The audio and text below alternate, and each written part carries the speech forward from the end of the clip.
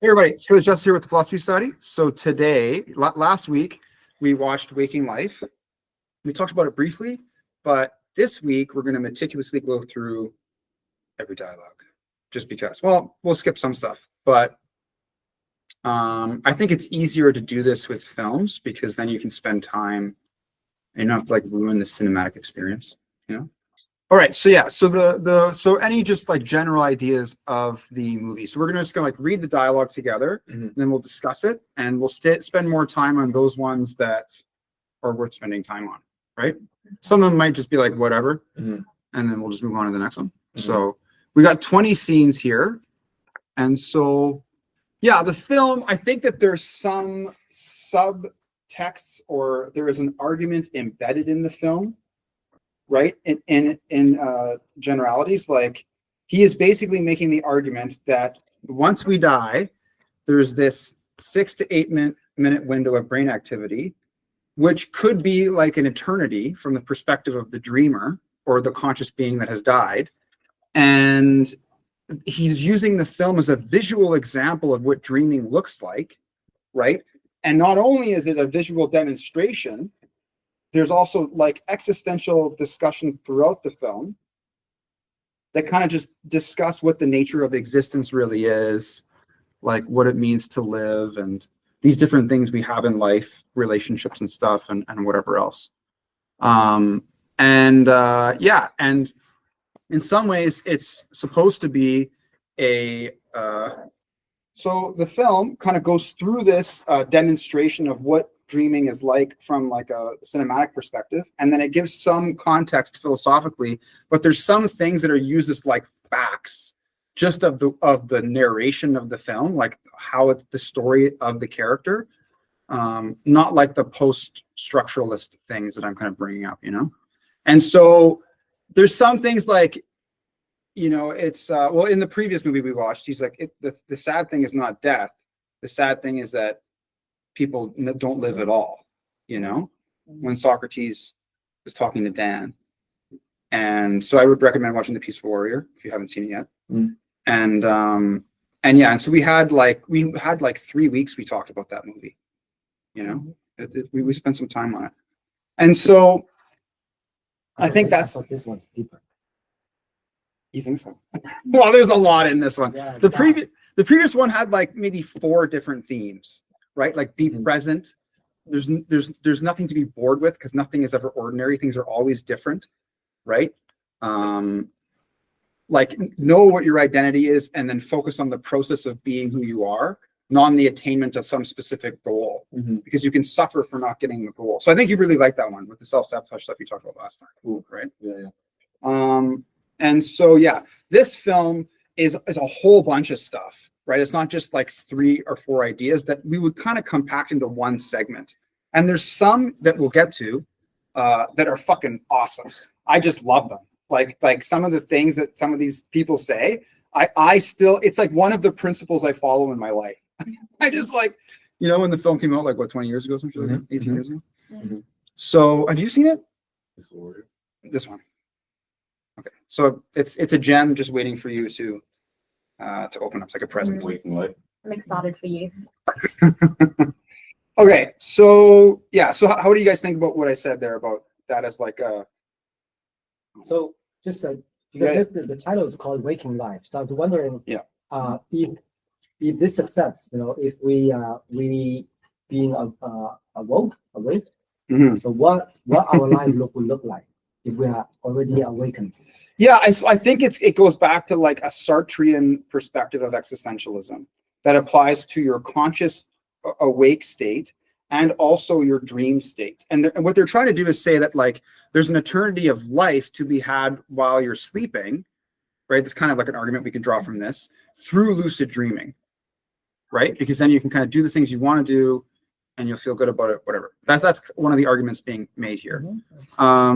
There's another perspective, which is that if the main character is dead or dying. Oh yeah, that's the other thing. Yeah, right? If he's dying, then I think what's happening is he's learning all of life's lessons as he's in the process between life and death. So he's dying, he's dreaming, and then when he's floating up and away, it's like his consciousness is going somewhere else. So he's learning everything he needs to learn right Yeah. before death, potentially. Yeah, because he says he's preparing for something. Right. It feels like it. Right. Yeah, this one I find. Sorry, go ahead. Not to restart a new life or the next life. The next life, a new life, It's whatever for the happens next after life, who But knows? not go back. Go back to the I real don't think life. I don't think it's implying that he's gonna wake up and be in his real life again. That's okay. So it's for the next life. Yeah. It would be like Can the I add afterlife. something? Yeah. So, I have a different perspective where, you die and you're born again, you die and you're born again in this life at the same process. So it's Reincarnation. No, well, you can apply it like that, or as a phoenix. It's like a rejuvenation from the old into a new. Mhm. It's like your skin is peeling like a snake, Mhm. right? So as a snake is encircled itself, that's a cycle, right? But it's complete and it's incomplete. So that's as opposed to a point where it's fixed state of mind, where it's a disease. If you stand in that position, Okay. so it's a dying and rebirth in a conscious stream of evolution process. Interesting. That's my approach. Right. So it's like a metaphor for that process. The movie is a metaphor for that. I'm not comparing that. I'm just saying to a certain extent what you're saying about.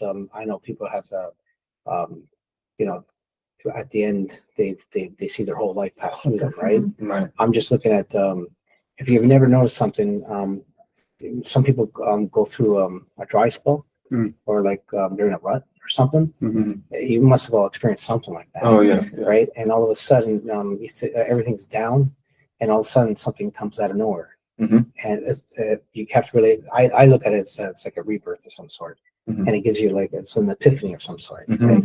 Mhm. And then it regenerates you to an affirmer affirmation Mhm. of a positive.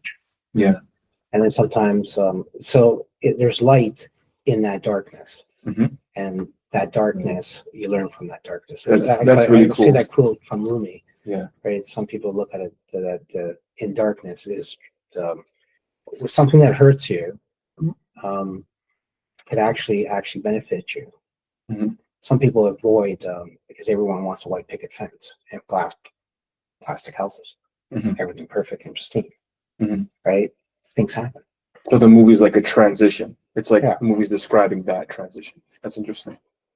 Okay. Yeah, the other very good. Thank you for that. Thank you. The other subtext was the death thing. Is that there is an afterlife? It's the land of the dead, and this could be the transition to that because he's floating off into what would be like heaven, I guess.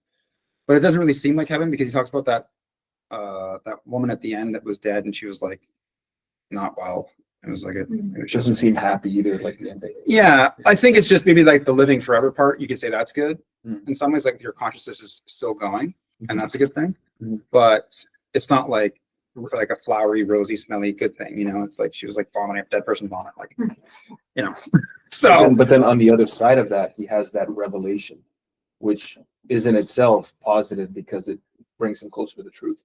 Well, the revelation is every moment is now, right? There's no past, there's no yeah, future. and that's another one too. Yeah, very Right. good. Yeah.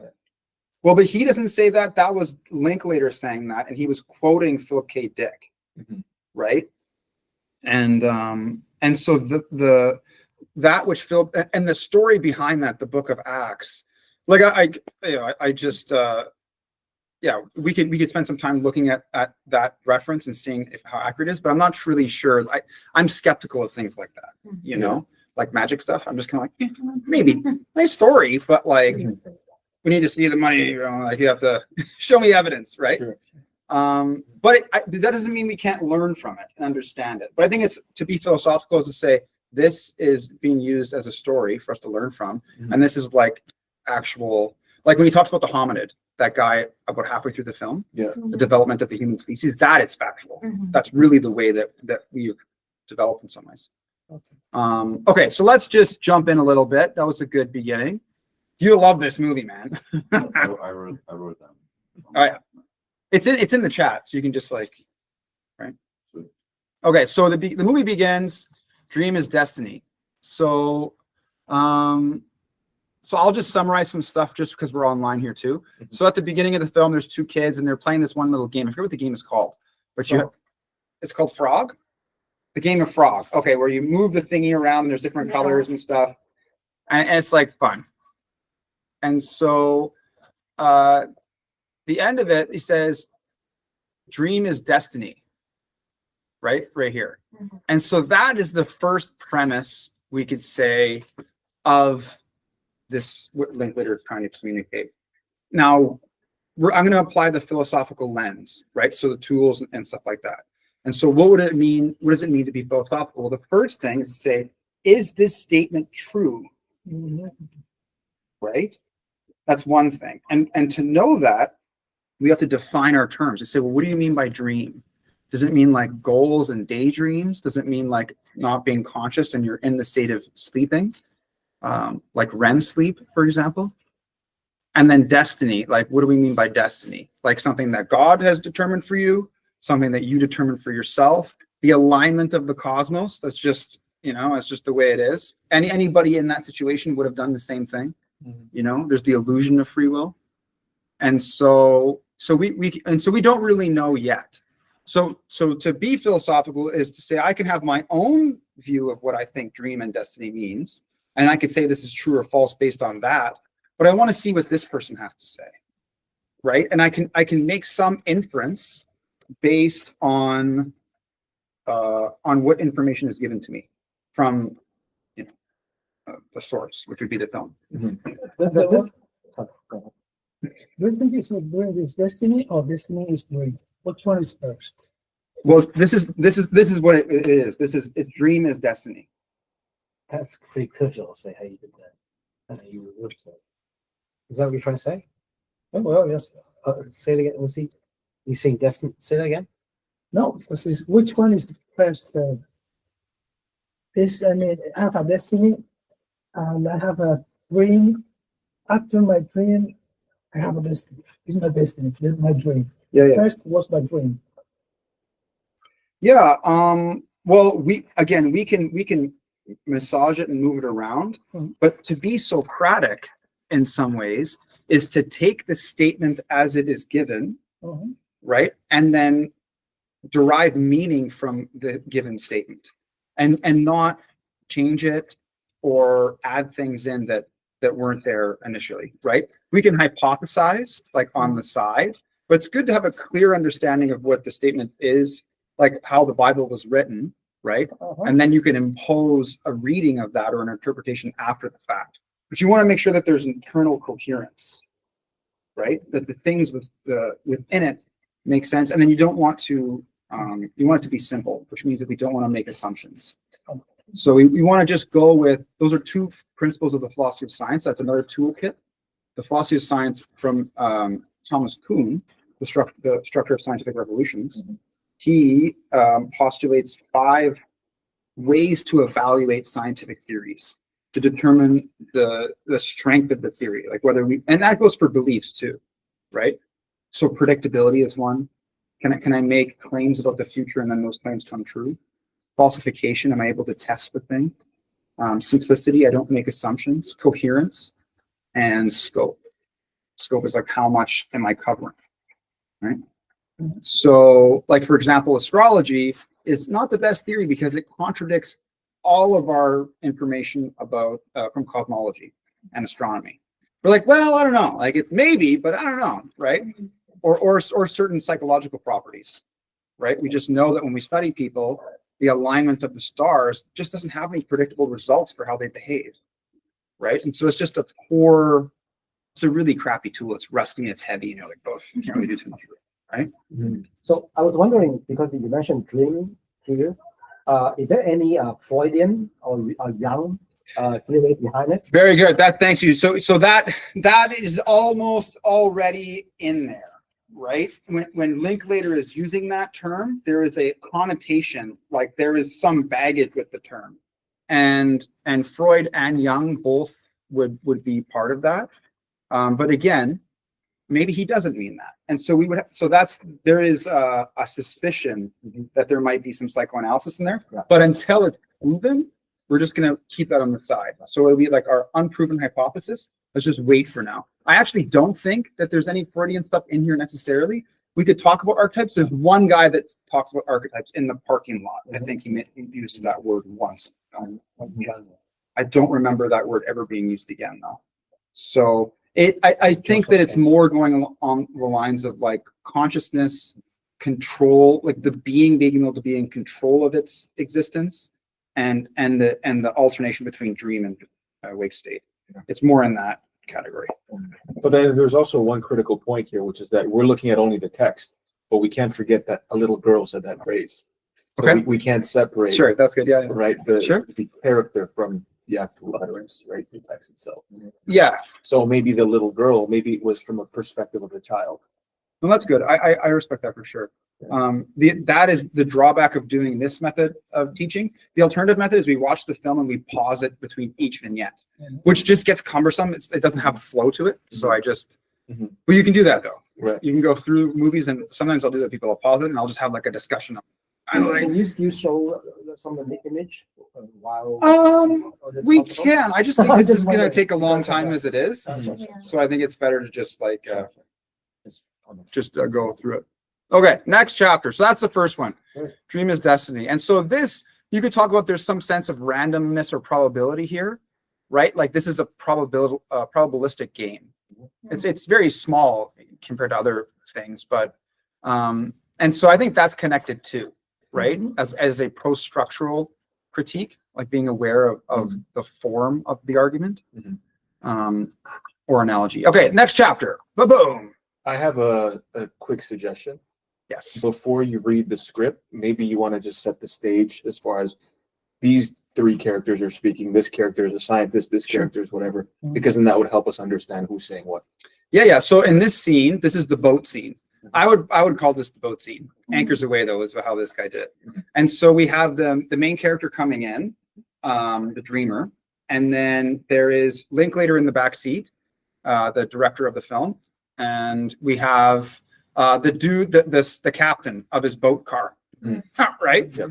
And so he's talking to a girl at first, or he's calling his friend, and there's a girl there. And so there's this like romanticized notion. I think that's just to get the film moving along. It's like more of like to help guide the viewer through these philosophical discussions. That's like a pop cultural insert.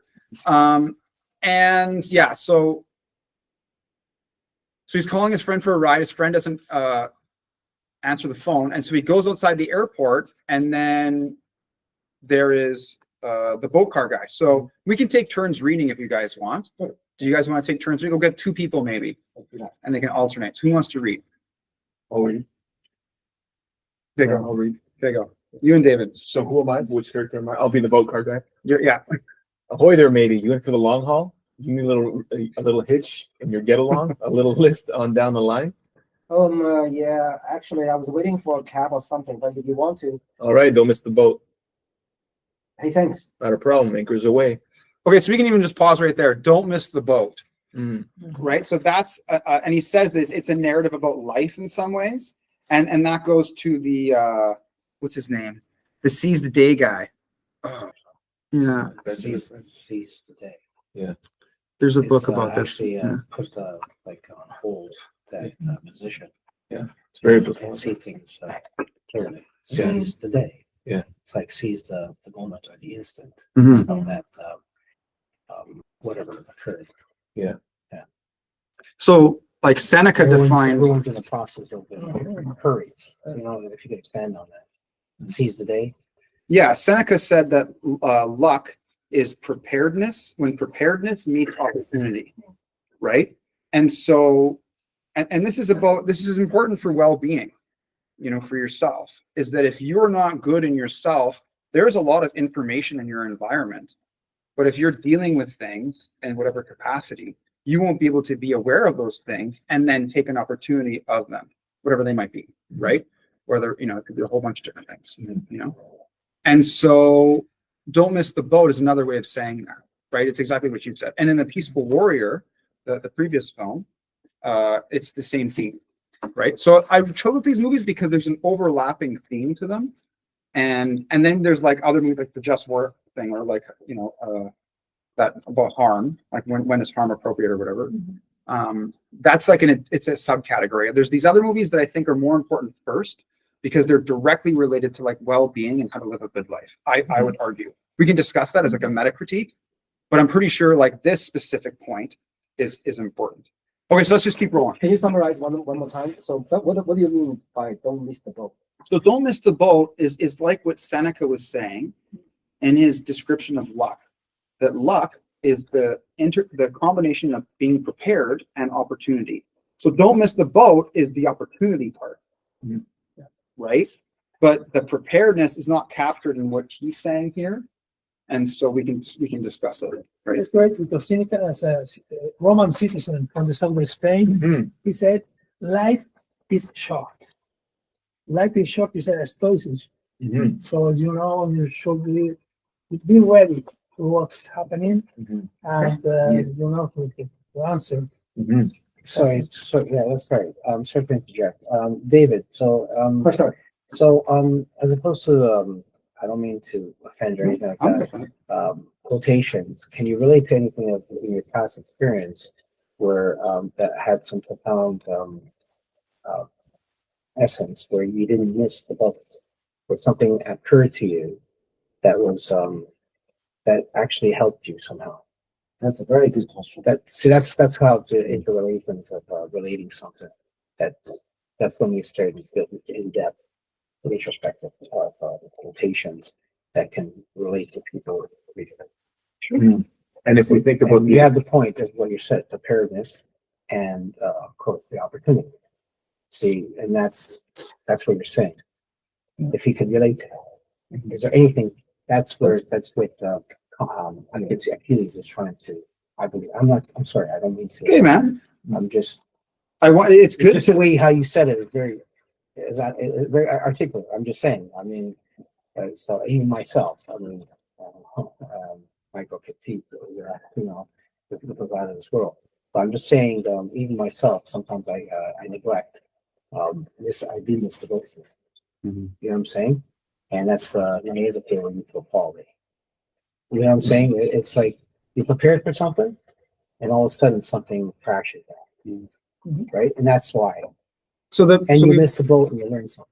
yeah. So it's unwise to miss the boat. Right. Let's just start off with that. That could be true or false, right? I'm going to say it's true. It's unwise to miss the boat. And we're assuming that you want to be on the boat. Like it's actually part of the thing. They wouldn't be missing.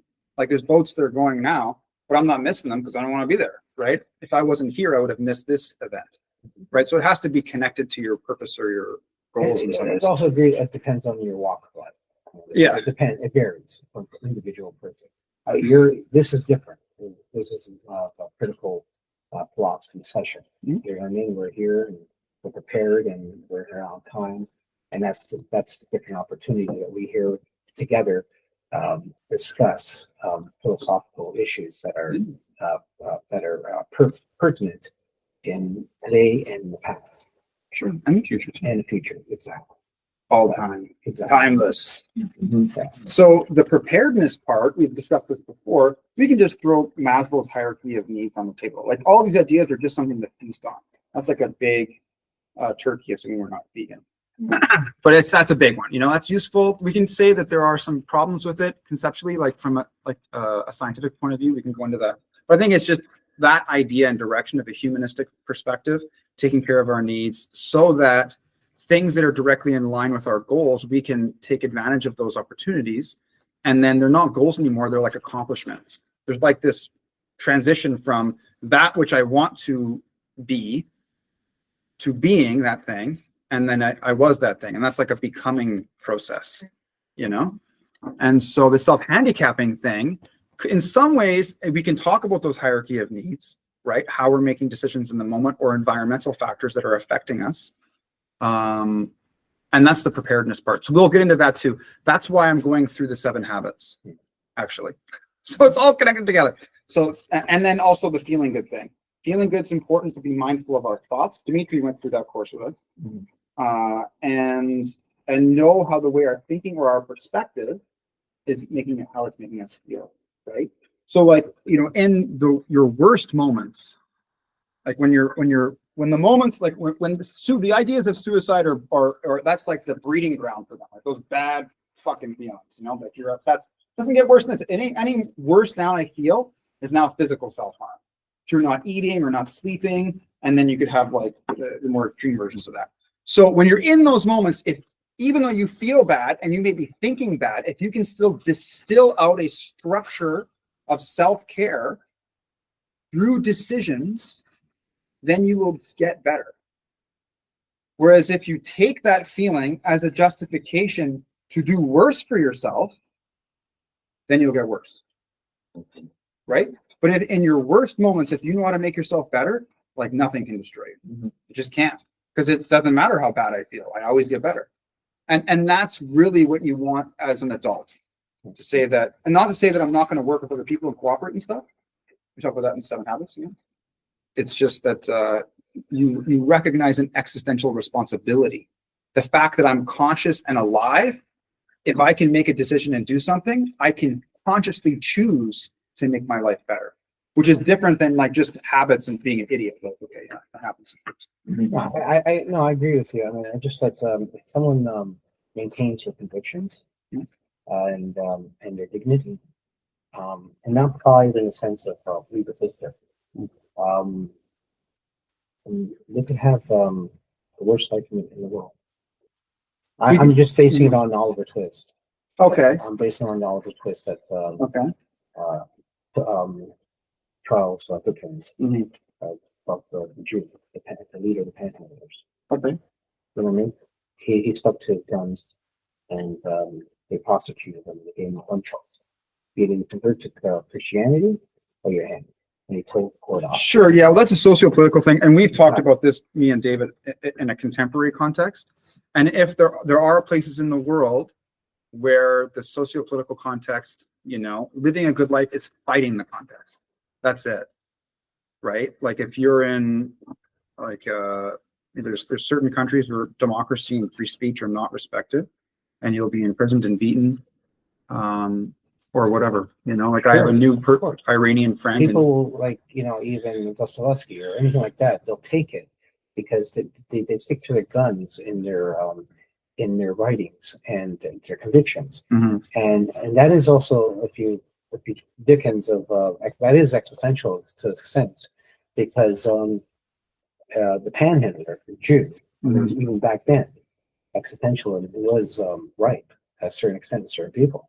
Existentially, it can't be just, it wasn't, see, existentially, people think that Camus or Sartre or neo-existentialism was, like the 20th century. I don't think so. Existentialism is from all walks of life from the beginning. There's been so many different rogues, people that we're not aware of. You know what I'm saying? But when you say that the Oliver Twist, I still don't understand. What's the main point that you're trying to say? Because I'm not quite familiar with the So I'm just organizing. Oliver Twist, the Panhandler. The Panhandler was a Jew, Mhm. the leader, Uh-huh. and I'm just talking about what Achilles was saying about sticking to your convictions, and you could have the worst life in the world. He was a panhandler. He was poor. He was leader of the panhandler, but he took it. You know what I'm saying? I mean, it can't always have the ups always there for us, because you're always going to have obstacles. Yeah. And you always have to confront that and work through that. Exactly. See, That's that's what I'm saying. The glass Yeah. house and the white picket fence. yeah. Things happen. It's not always a pretty world, as Sure. Zara said outside, right? Remember what you said before you came? You know what I mean? That was well said. You know, it's the teeter totter effect, and that's, you know, you're always going to have rough corners. They're going to present yourself, and you have to deal with that. Cut through it. Break through that. That's all I'm saying. Let's I'm not taking away what you're saying. no. Let's first talk about Like Louise Hayes promotes affirmations of love. Okay. But there's always she died of a disease, and you know what I'm saying. And you know she got hurt, and she promotes love, and people follow her. You know what I mean? And then in her life, what happened? See what I'm saying? Yeah. So outcomes will occur, right? And I can't control the outcome necessarily, There you go. but I can influence it. And like in the Alcoholics Anonymous, they have this serenity prayer that's used very often. and the like grant me the courage to accept the things that I can change, the serenity to accept the things I can't, and the wisdom to know the difference. Right? The first word there, you missed. I did that on purpose. Well, you should have added it. You can if you want. God. Okay. Meta self, Okay. Grant me. Okay.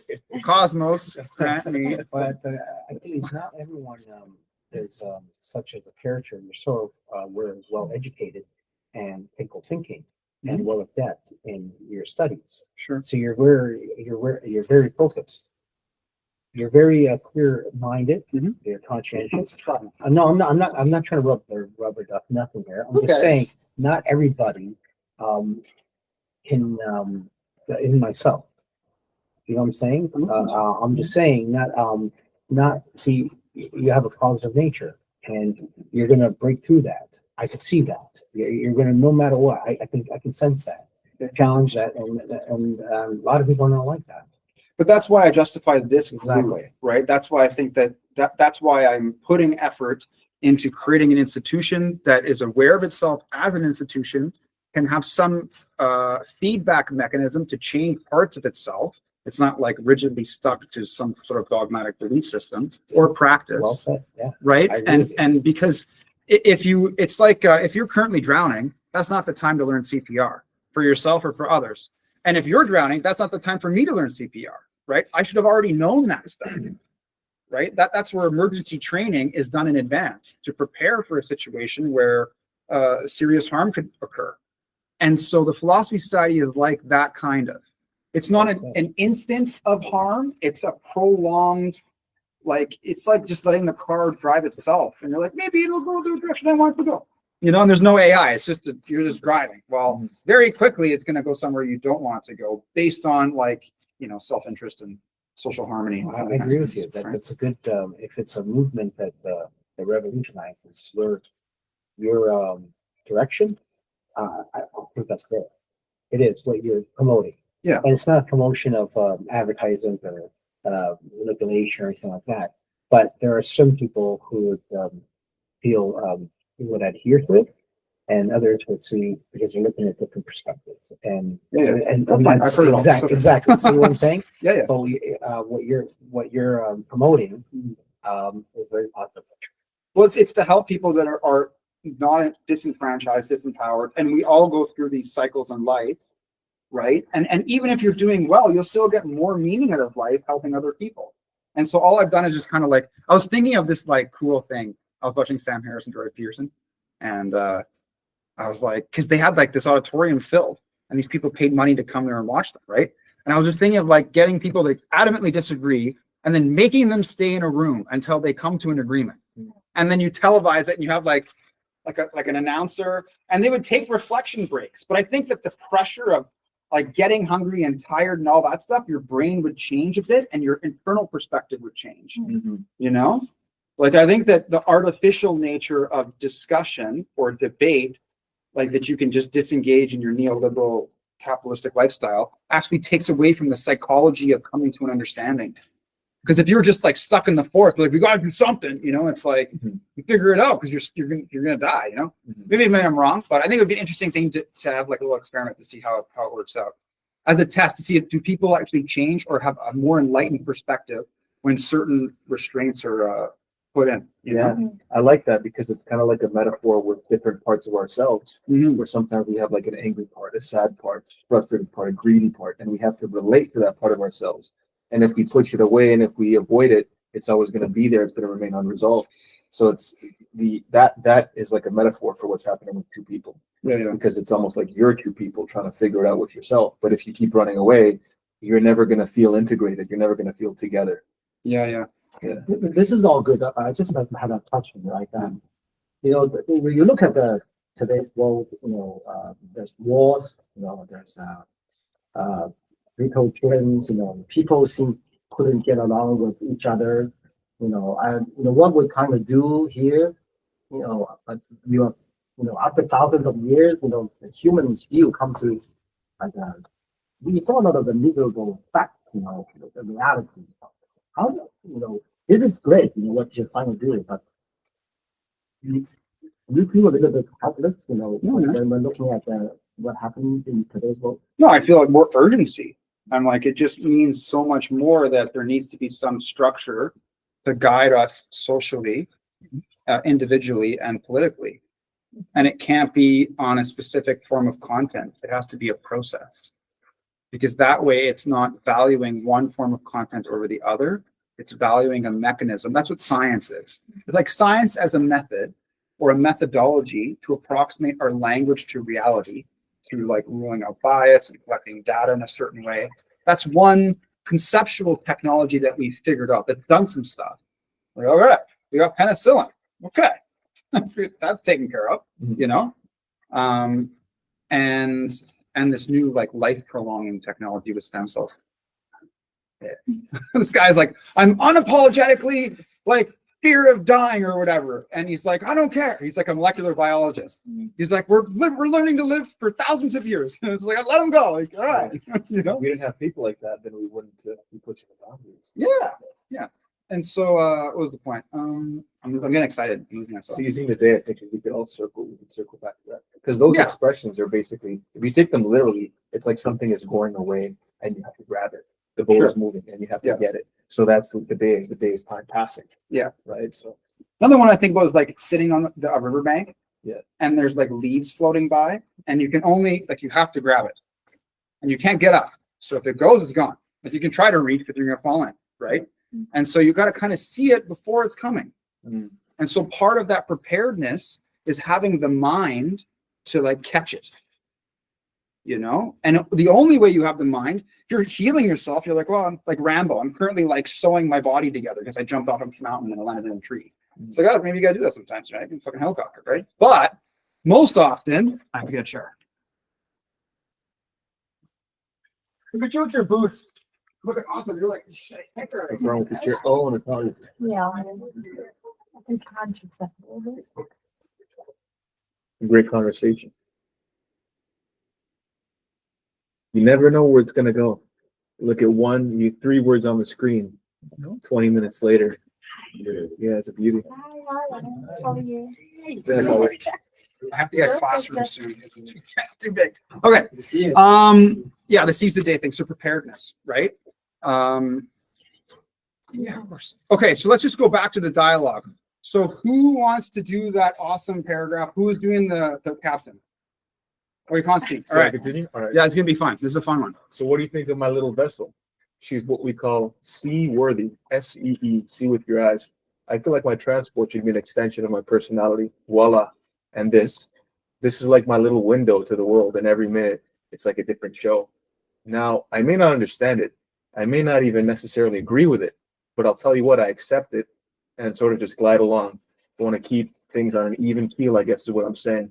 I want to go with the flow. The sea refuses no river. Okay, let's just pause for a second. 1 second. There's a lot there. Mm. And so when he says, I feel like my transport should be an extension of my personality, that is cool, right? Because the individual's identity goes beyond just his mind or his body, right? And I think that's part of what our life ought to be, is that our life and all of the things, we want it to be a conscious choice. Like I choose for this to be part of me, you know? And then So what do you think he's saying when he's saying my transport is my boat? So his boat is is our context and like what we're doing contextually. So for example, we're all here in this room and we're discussing something. The fact that we're doing this is an extension of our personality. Yes? yeah, Right. Is For- that what he's saying? yeah, for sure. Yeah. But for him, I just think it shows the integrity of the character. That this guy goes like he found the boat car, or one came by him. He's like, that's got to be mine, Or right? built it? Or he built it. And then, you know what I mean? Like it takes a lot to do that, you know, or to even be the guy who's like, yes, I'm driving a boat car, right? Like if someone just said, wear these clown shoes downtown for a couple hours and see what happens. Yes. So let's try to interrupt. Yeah.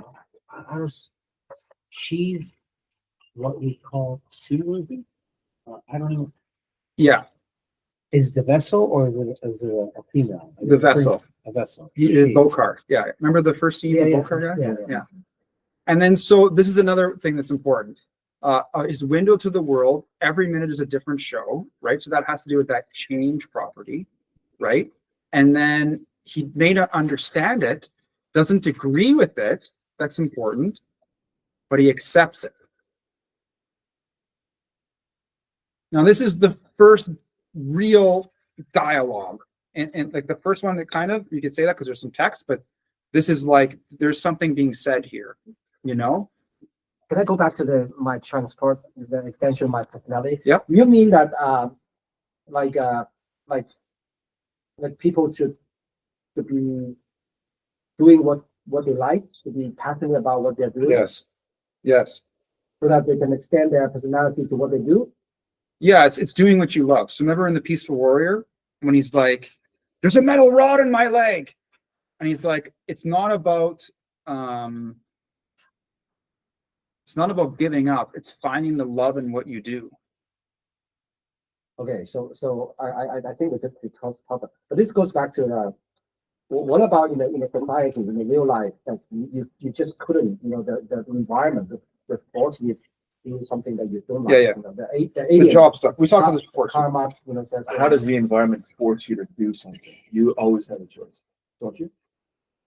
do I? Do you? Mm.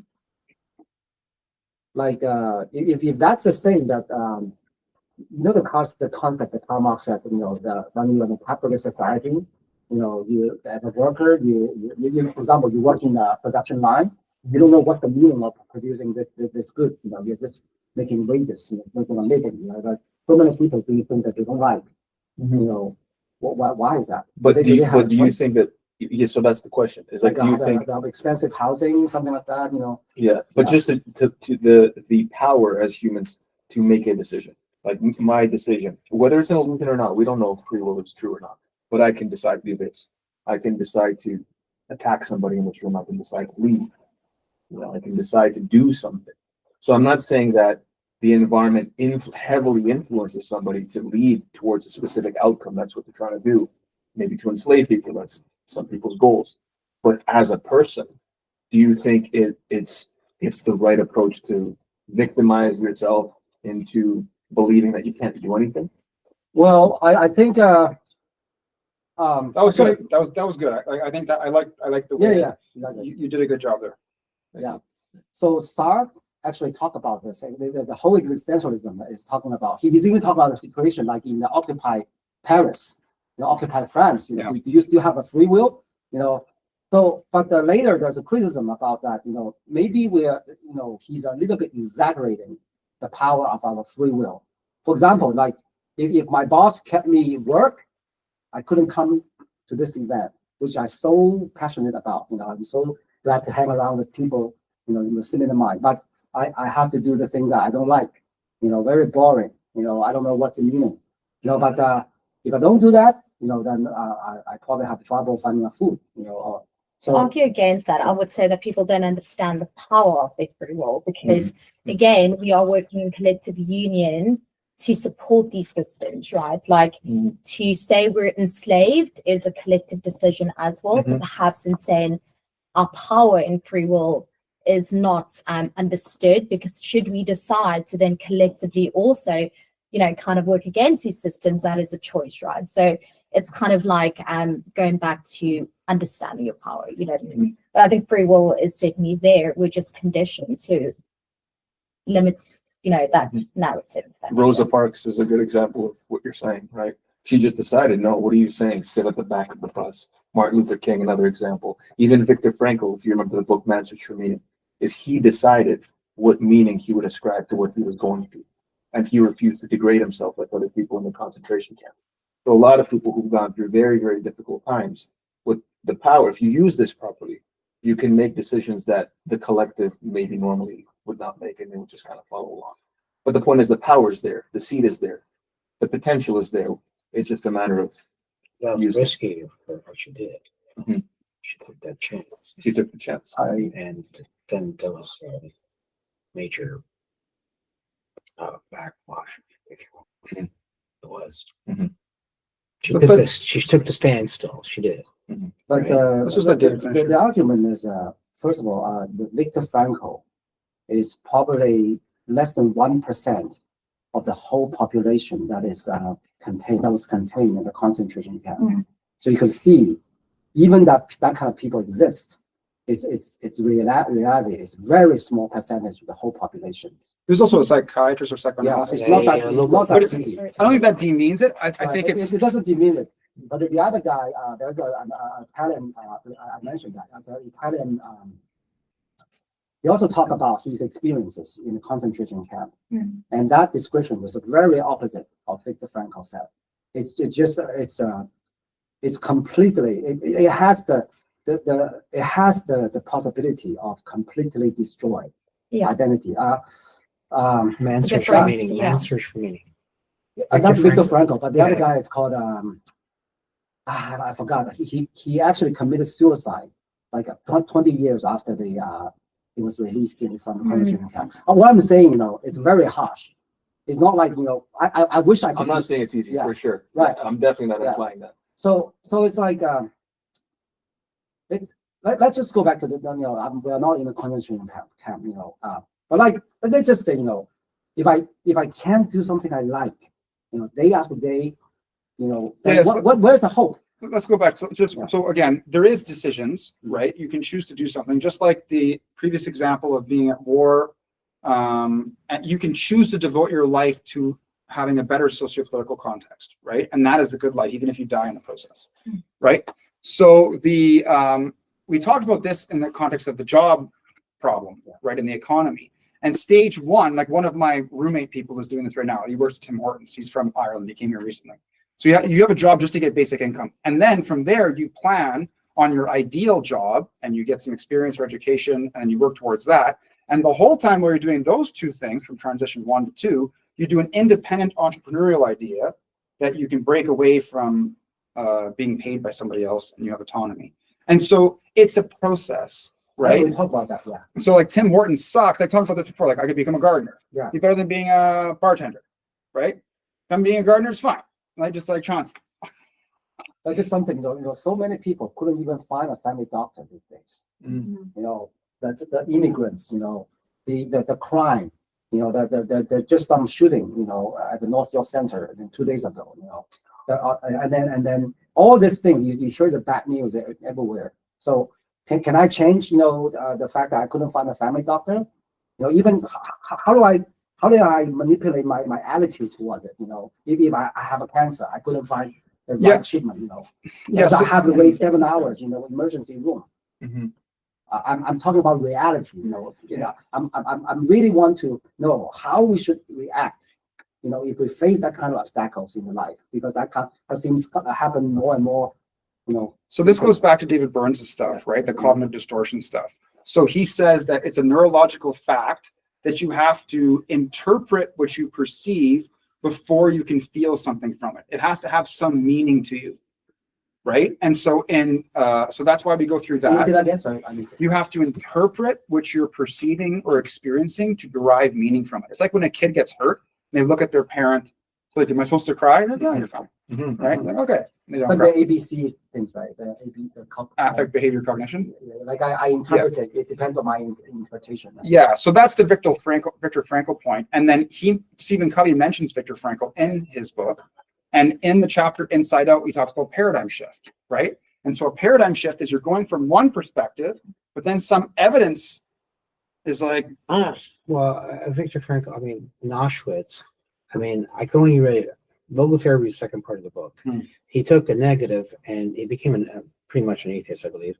And I can relate what you're saying. And it was positive. He took a negative and became a better outlook because he's always saw the better side, that he thinks, he believed, he saw like the dream destiny, like a better future. He always saw something positive. Think about it, 10 Jews on concrete floor sharing a moth blanket. Some had boots, some had frostbite, some had socks. And when they had to clean the latrines, all right, if they showed any distaste, the SS capital would beat them. If any excrement was splashing on their face and they wiped it off, they might get a beaten to death.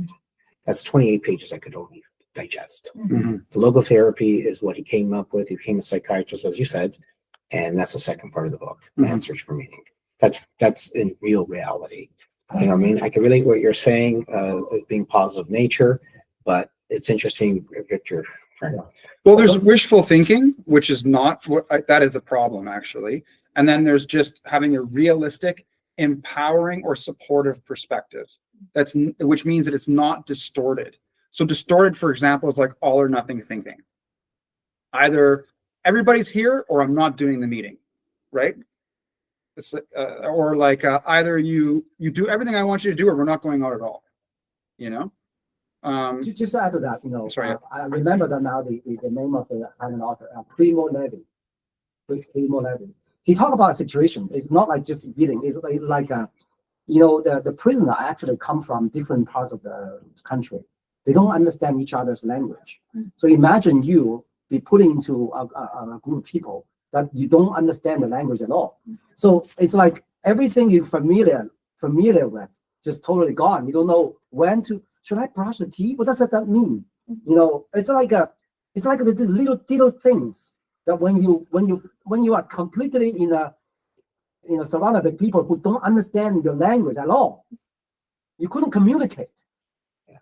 How was that feeling? And then plus hungry, plus the afraid of being beaten, diseases. You know, that's the Primo Levi talk about that. You know, it's a Primo Levi is an author or the author, yeah, it's an Italian author. okay. That he was also But put into- that's it's about sociology and being patient and different multicultural ethnicities with different people. That's all. So yeah, okay, let's just steer the ship back here for a second. People Let's just, have different upbringings in every country. So okay, so let's go back to that. So the one thing I wanted to identify here is, so he says every minute is a different show. So something's always going on in our experience. Mhm.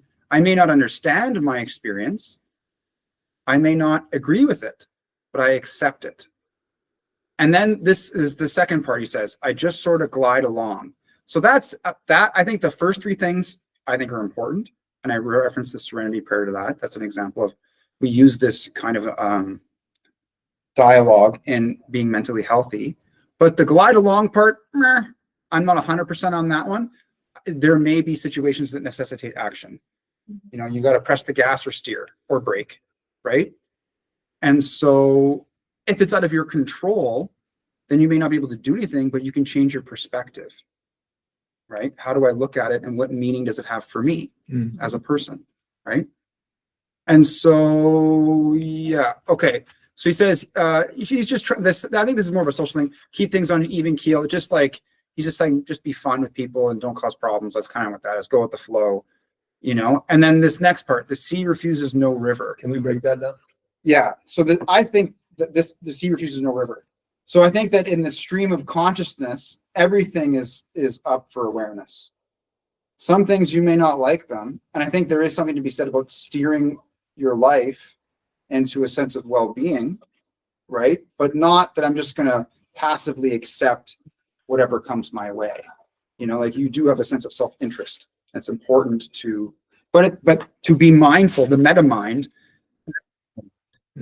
it is the part of your brain or your mind that does not have a filter. Everything is there. And then you'll do psychedelics to take the filters out. And you'll be like, oh my God, I didn't realize all this shit was, it was really bothering me, you know? can I ask something? Is there something with subliminal connotation here that we're not aware of? Is it possible? I remember watching the movie last week. I mean, it's just odd that some things just seem a little crude. Okay. I'm just when I'm reading some of it, it's just I'm just looking at certain Eastern religions. Yeah, I think that's in when there. you use Sure. vessels and we use Sure. transport and the persona and stuff like that. But Okay. I'm reading into some disturbing sexual innuendos that are not appropriate. Well, I don't see that in this. No, if we look back on the movie, there are certain aspects that were not appropriate. Okay. If you really look in depth, it's a possibility. I'm just throwing it out there as an hypothesis of a There was, suggestion. I didn't see any flags myself, but we could. If we Especially the had, guy in prison and what he's talking about. oh, that guy, sure, yeah, exactly. yeah, yeah. And then, I mean, there are some words here. If you analyze them, they don't see. You're getting into Eastern religions and philosophies, and in certain words here, but like the vessel is the body, or Yes, vehicle, sure. right? And transport and persona, and then Where's the word persona? Is that there? A personality. It's Okay, that's sure. the persona, right? Yeah. Someone's persona. Well, But, sorry. persona is very Jungian. I know, It's an I know, I archetype. know, but I'm just saying, anyways, I don't want to go off topic. It's okay. I'm just saying I'm looking at in a broader sense, and that's my perspective. Sorry. We, I'm just we, at that. we always to have a valid interpretation, we always want to refer to the text Yeah, I can see that. or like the subtext or whatever. Like you said, who is the speaker? You know what I mean? But that is the text of the movie at the least. It's not like a book, you know. Mhm. And Um, from my perspective, it's quite like, this is the start of him going into the dream journey. And I think Oh, yeah, that's that good. what's suggested is that for you to have a full experience, you need to just ride the wave. So, and you'll see in the movie as well, like he doesn't really interact back. He listens until near the end conversations where he starts participating. So I think he tries to get the most out of the message and the experience. And perhaps that's what's suggested, just, kind of ride the wave essentially. Like, Well, you hit on something interesting. It's almost like all the characters are him. They're part of him. If it's a dream, because yeah. all of our dream characters are not other people or other entities. They're part of their own consciousness. Mhm. So maybe the captain is his own captain. Yes. His captain is telling him this. Yeah. Very good. lots of it, yeah. Right. Like guiding him. I think they're all probably like professors of a student. That's how I see it. Mhm. But like, in the dream, it would be like your self-representation of the professor. It's not actually the professor speaking through a dream reality. It's like, it is me. It is the perception I have of this person. That's where, and when later on he says, when you are aware that you are a dream figure in another person's dream, that is self-awareness. So Right. one question: do you Yeah. accept all this outside your life because of your destiny or because of your actions? I said in Okay. the Peaceful Warrior, every Yeah, action has a price. yeah. So okay, it happens because of it happened because of my destiny. Okay. So I'm not responsible. It's procrastination. So what does Stephen Covey say to that? Oh, since in this case, it's different too. I have accept the reality. Yeah. And I can't fight No. because this is something is I have to accept, Yeah. integrate in my life but if I think it's a destiny, it's not up to me. I'm not responsible. Well, so, I okay. feel better. So we're doing 7 habits right now, right? So habit 2 is to begin with the end in mind, to write your destiny. To write your destiny. Habit 1 is be proactive. It's in the time between stimulus and response. You make a decision without being reactive. And the most fundamental decision to make is to decide what your paradigms are, which is the David Burns book. But you make a decision. Is the media, is the God, is something outside you, is it can make you to take a decision, or are you really free? I am here because I am free, or because it's something external push me to be here. Well, there's This kind of decision. Yeah. Although I think I am free, but I'm really free. It's my boss, my family, the state. yeah. Many things. Do you think the people in Iran, you think no, they're not really free, or in Russia? So in this Yeah, yeah, case, what is Well, there's an equivocation or ambiguity on the word free. So when we say free, we can mean free from coercion, like I'm forcing someone to do something, right? Mhm. Or do you mean free of like all outside forces or influence? And the second definition doesn't really make sense, but we can still be free from coercion, right? Mhm. And then you could say like, is there not, or free as in I'm out of the cause effect mechanism, which also doesn't really make sense, right? Is there a third one there, which is just free to think? Just free grew to up just in that use your town. mind? We have to talk about that because like when you look back, it's like, why did you think this? Well, because I was thinking that. And then why did you think that? Well, because I was thinking this. And there's like a structured form of the way our thought goes. So we could even apply the deterministic framework to that as well. Can you elaborate on the paradigms? I mean, I know Yes. Stephen Covey on the 7 habits of what was it again? Oh, that's not Dale Carnegie of No, that's How to Stephen Win Covey. Friends and influence people. Right? That's Carnegie, yeah. Mhm. But can you elaborate on paradigms? Because paradigms, in what regard? You're explaining to know your paradigms. Mhm. My understanding about paradigm is an actual of a change. And That's paradigm shift. That's Right, from right. Kuhn, right. right? Where there's like, they had the Newtonian model of physics. like with the general scientific body, and then there was a paradigm shift, Yes, the general relativity. that's, yeah, I know, but paradigm shift is what I'm trying to touch base with. And now a paradigm with Covey. Was Covey. Covey, Yeah, what are for you trying him- to convey. For Covey, he's looking at it like you have a perspective. So he gives this example of being on the subway. And so you guys can watch all the videos of us talking about the 7 habits. We're like over halfway through the book, but you can catch up. And he's on the subway and he sits down. I think in the morning he's tired, right? And then this dad and his kids come on the subway. You tell a story. She knows it. No. Tell me the story, Natalia. I I don't wanna hear it. remember, was it a dad? Oh yeah, there was a dad with 4 kids. He came into the subway and kids start like screaming, messing around, disturb the people around. And he was like, are you guys do something? Like your kid, do not behave properly. And he's like, oh, you know what? We just, my wife just died. And I'm basically like, I'm lost. I don't know what to do. And I'm like, I'm sorry, but, and all of a sudden he starts feeling absolutely opposite to what he felt before, right? So he felt sorry for what happened. He forgot about, children not behaving properly anymore. So that's the example of paradigm shift. Right? So it's that we have a perspective and some new information comes to light and then we change our perspective. That's kind of what Covey means by that. Yeah, you learn from it. Yeah. It's a paradigm shift. I mean, Yeah.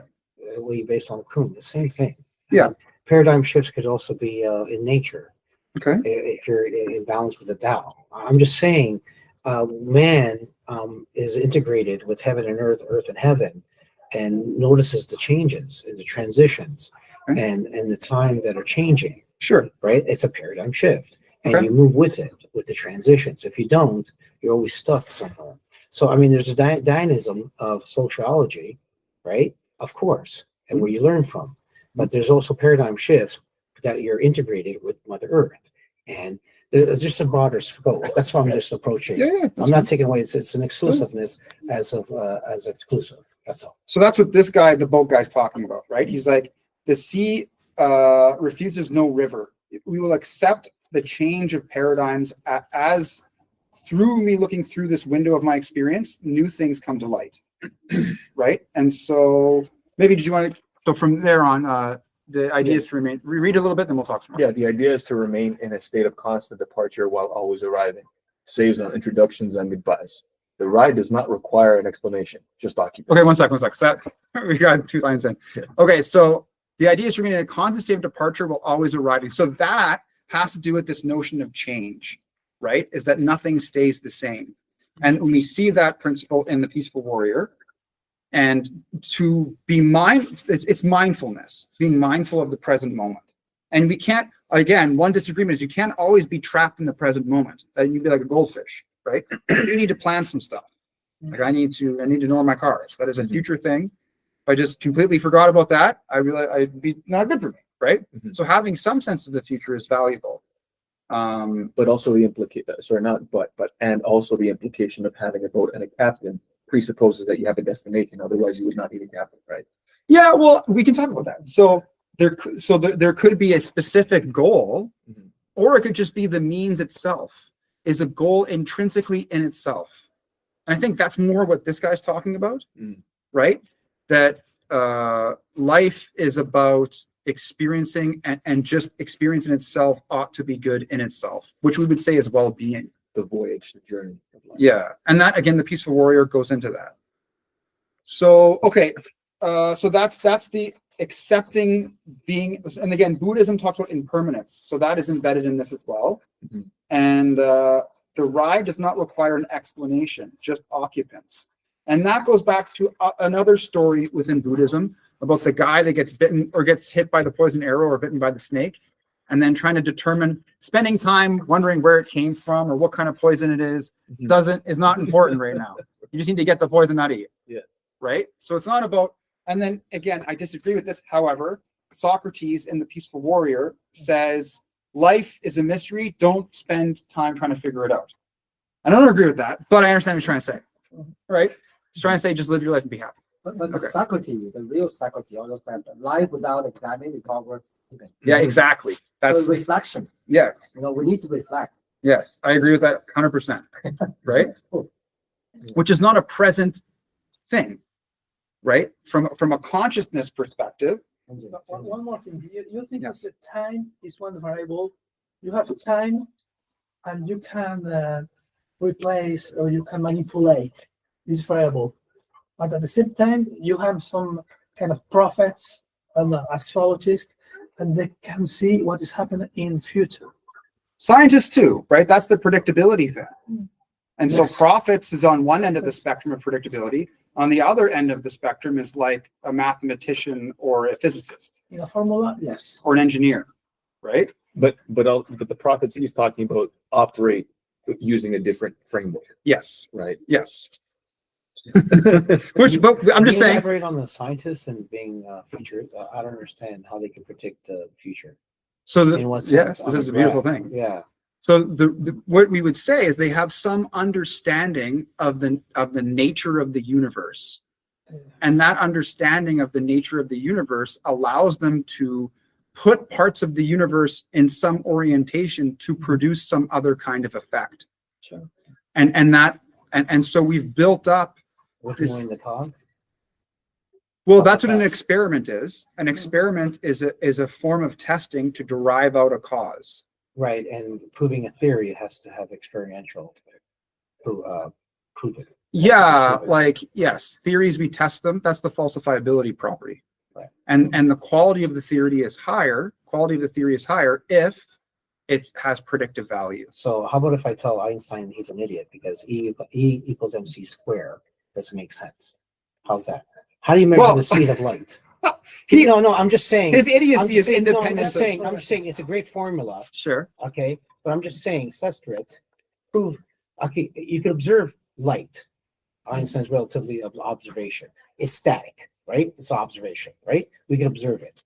That's proven. But E, energy, mass, right? And Sestrit, square root to 2. All right? It Okay. could be 4 or infinity. But the speed of light, prove it. See, that's Yeah, the whole I'm not a point. physicist, so we I can know talk that's about- what I'm just saying, but it's also science. See, Yeah. I'm just saying, just like gravity, you know what I mean? Just apple just happened to be unhinged of the mass. The apple was ripened, and the branch could not take the load. It could have been a feather or a leaf, whatever. or a leaf. Now you have this, and you got a feather. What's going to drop first? Well, Now we both- can measure the distance with Einstein's theory, right? well, gravity, sure, yeah. Exactly. Is it air pressure? Yeah. I'm just saying he took it upon himself that it was an apple. And Newton, that yeah. Newton, right? And I'm not against Newton. I understand optics and the color Okay. theory that he proposed. But I'm just saying in the prisms. But I'm just saying we're basing everything on science as opposed to an actual practicality in living. That's my whole point. Sure, Our yeah. movement is not an integration. It's always being exclusive of just only one area. Well, that's what my That's critique of. that's my problem. This is Yeah, yeah.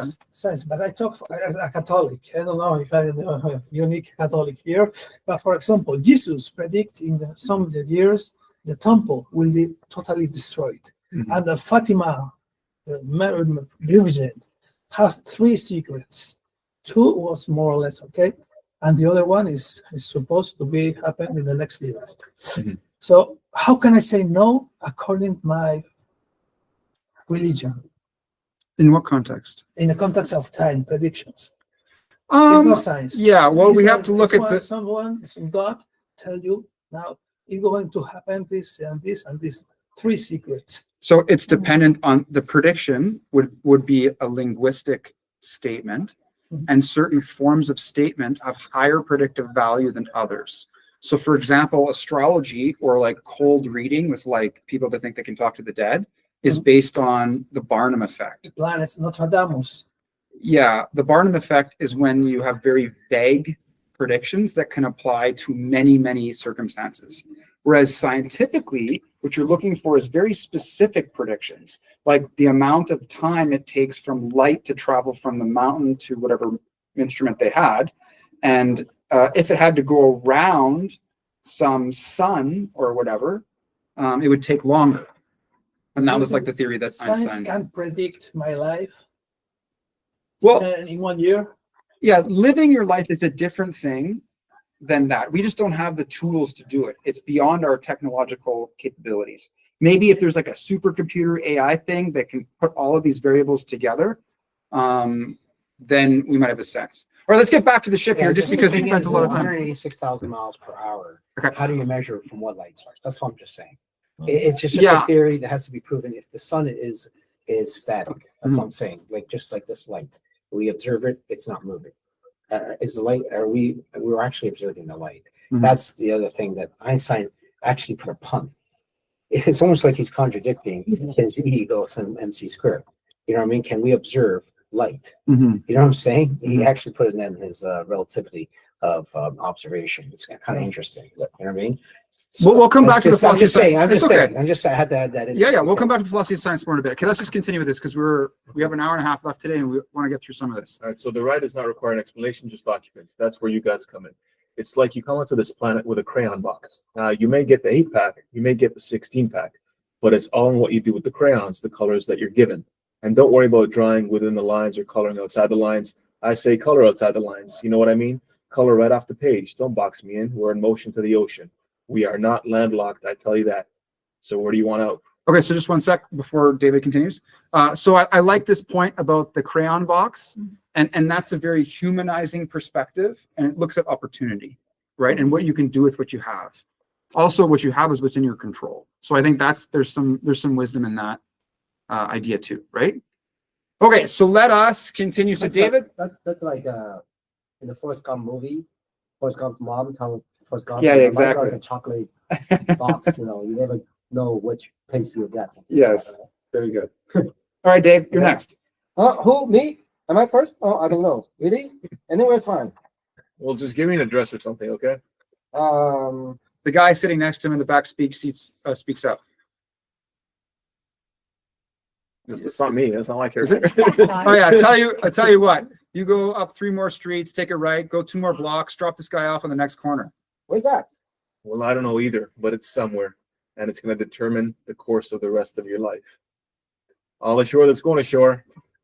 Toot toot. So that was a really heavy statement that he gave the guy, right?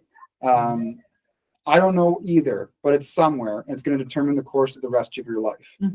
So that could be like, I don't know, like with you're putting a lot of meaning on just that what would seem like a nuanced event, but it is true actually, right? Is it true? Where you're at determines where you're going to go. No, but he's not saying that. The course of the rest of your life. I guess you could say course of, but yeah, it's the same thing. Because the course would be the next step. The next step is always based on the existing step. Yeah, but outcomes, we don't know what they are. Okay. We have the power for decisions, but we cannot. We can predict outcomes, but we can't be certain of every outcome as a human being, right? Yeah, yeah. So I like the expression of like you can control decisions, but not outcomes. Yes. Outcomes are predetermined, but we don't know what they are before we decide them. I don't know about that part, but sure. So, well, I don't want to talk about quantum physics because it's outside the text, right? Sure. We can talk about it. Let's try to move forward, but yeah, just touch on it briefly, wherever you want. Yeah. So I don't know. I don't know the answer to this. I mean, You're funny, eh? You have some, I believe you have some belief. I believe that we have this power. We have this power of focus. We have the power of deriving meaning. We have the power of making decisions. Yeah. But I don't know. That's why part of me believes in God, because I have experiences with God personally, right? Okay. Communication. Sounds crazy, but It's okay. whatever. It is what it is. We can talk about that. There's a video on the existence of God. We did it like 4 months ago. You can watch Yeah, but that's another thing why if somebody argues against it, I can respect their opinion and say maybe he or it is not present in your life Yeah. because maybe you should like put yourself in different experiences and something will emerge. You don't know. Sure. Right. Well, we can talk about Don't that. block it off. Right. All right, sure. But I think that's why there's grace involved. There's gratitude involved. There is the fact that I know that I didn't create my life, Okay. that I came from somewhere Sure. and I didn't create what I see. And so I can make decisions, but I don't know what the future is going to look like. I could tell myself that I'm going to be here in 20 years, but the state of the world may change so much in 20 years that I will have no idea where I'm going to be. Yeah, obviously, yeah, that's just the nature of reality, Right. the human condition. So how can he say that? Because maybe there's a nuclear holocaust in 10 years and it wasn't. It had Well, I no think, bearing. yeah, you're reading into the course of the rest of your life Right. as a predetermined thing, but I Right. don't see it as a predetermined thing. I guess we're talking cross purposes. So It's okay. how are you thinking? Course of You're the life basing would it just be- learning from history. Right. Yeah. So, I mean, we learn from history, right? Course of the life would just be the steps taken. So it's like if we're at the beginning of a race, right? And there's like the different sections, there's like 1, 2, 3, 4, and they run around the track.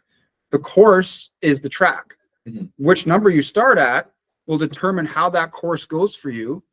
You know what I mean? And where you're at is the predeterminedness. The fact that you're sitting there and I'm sitting here, that's the part that I really couldn't change as to where I am.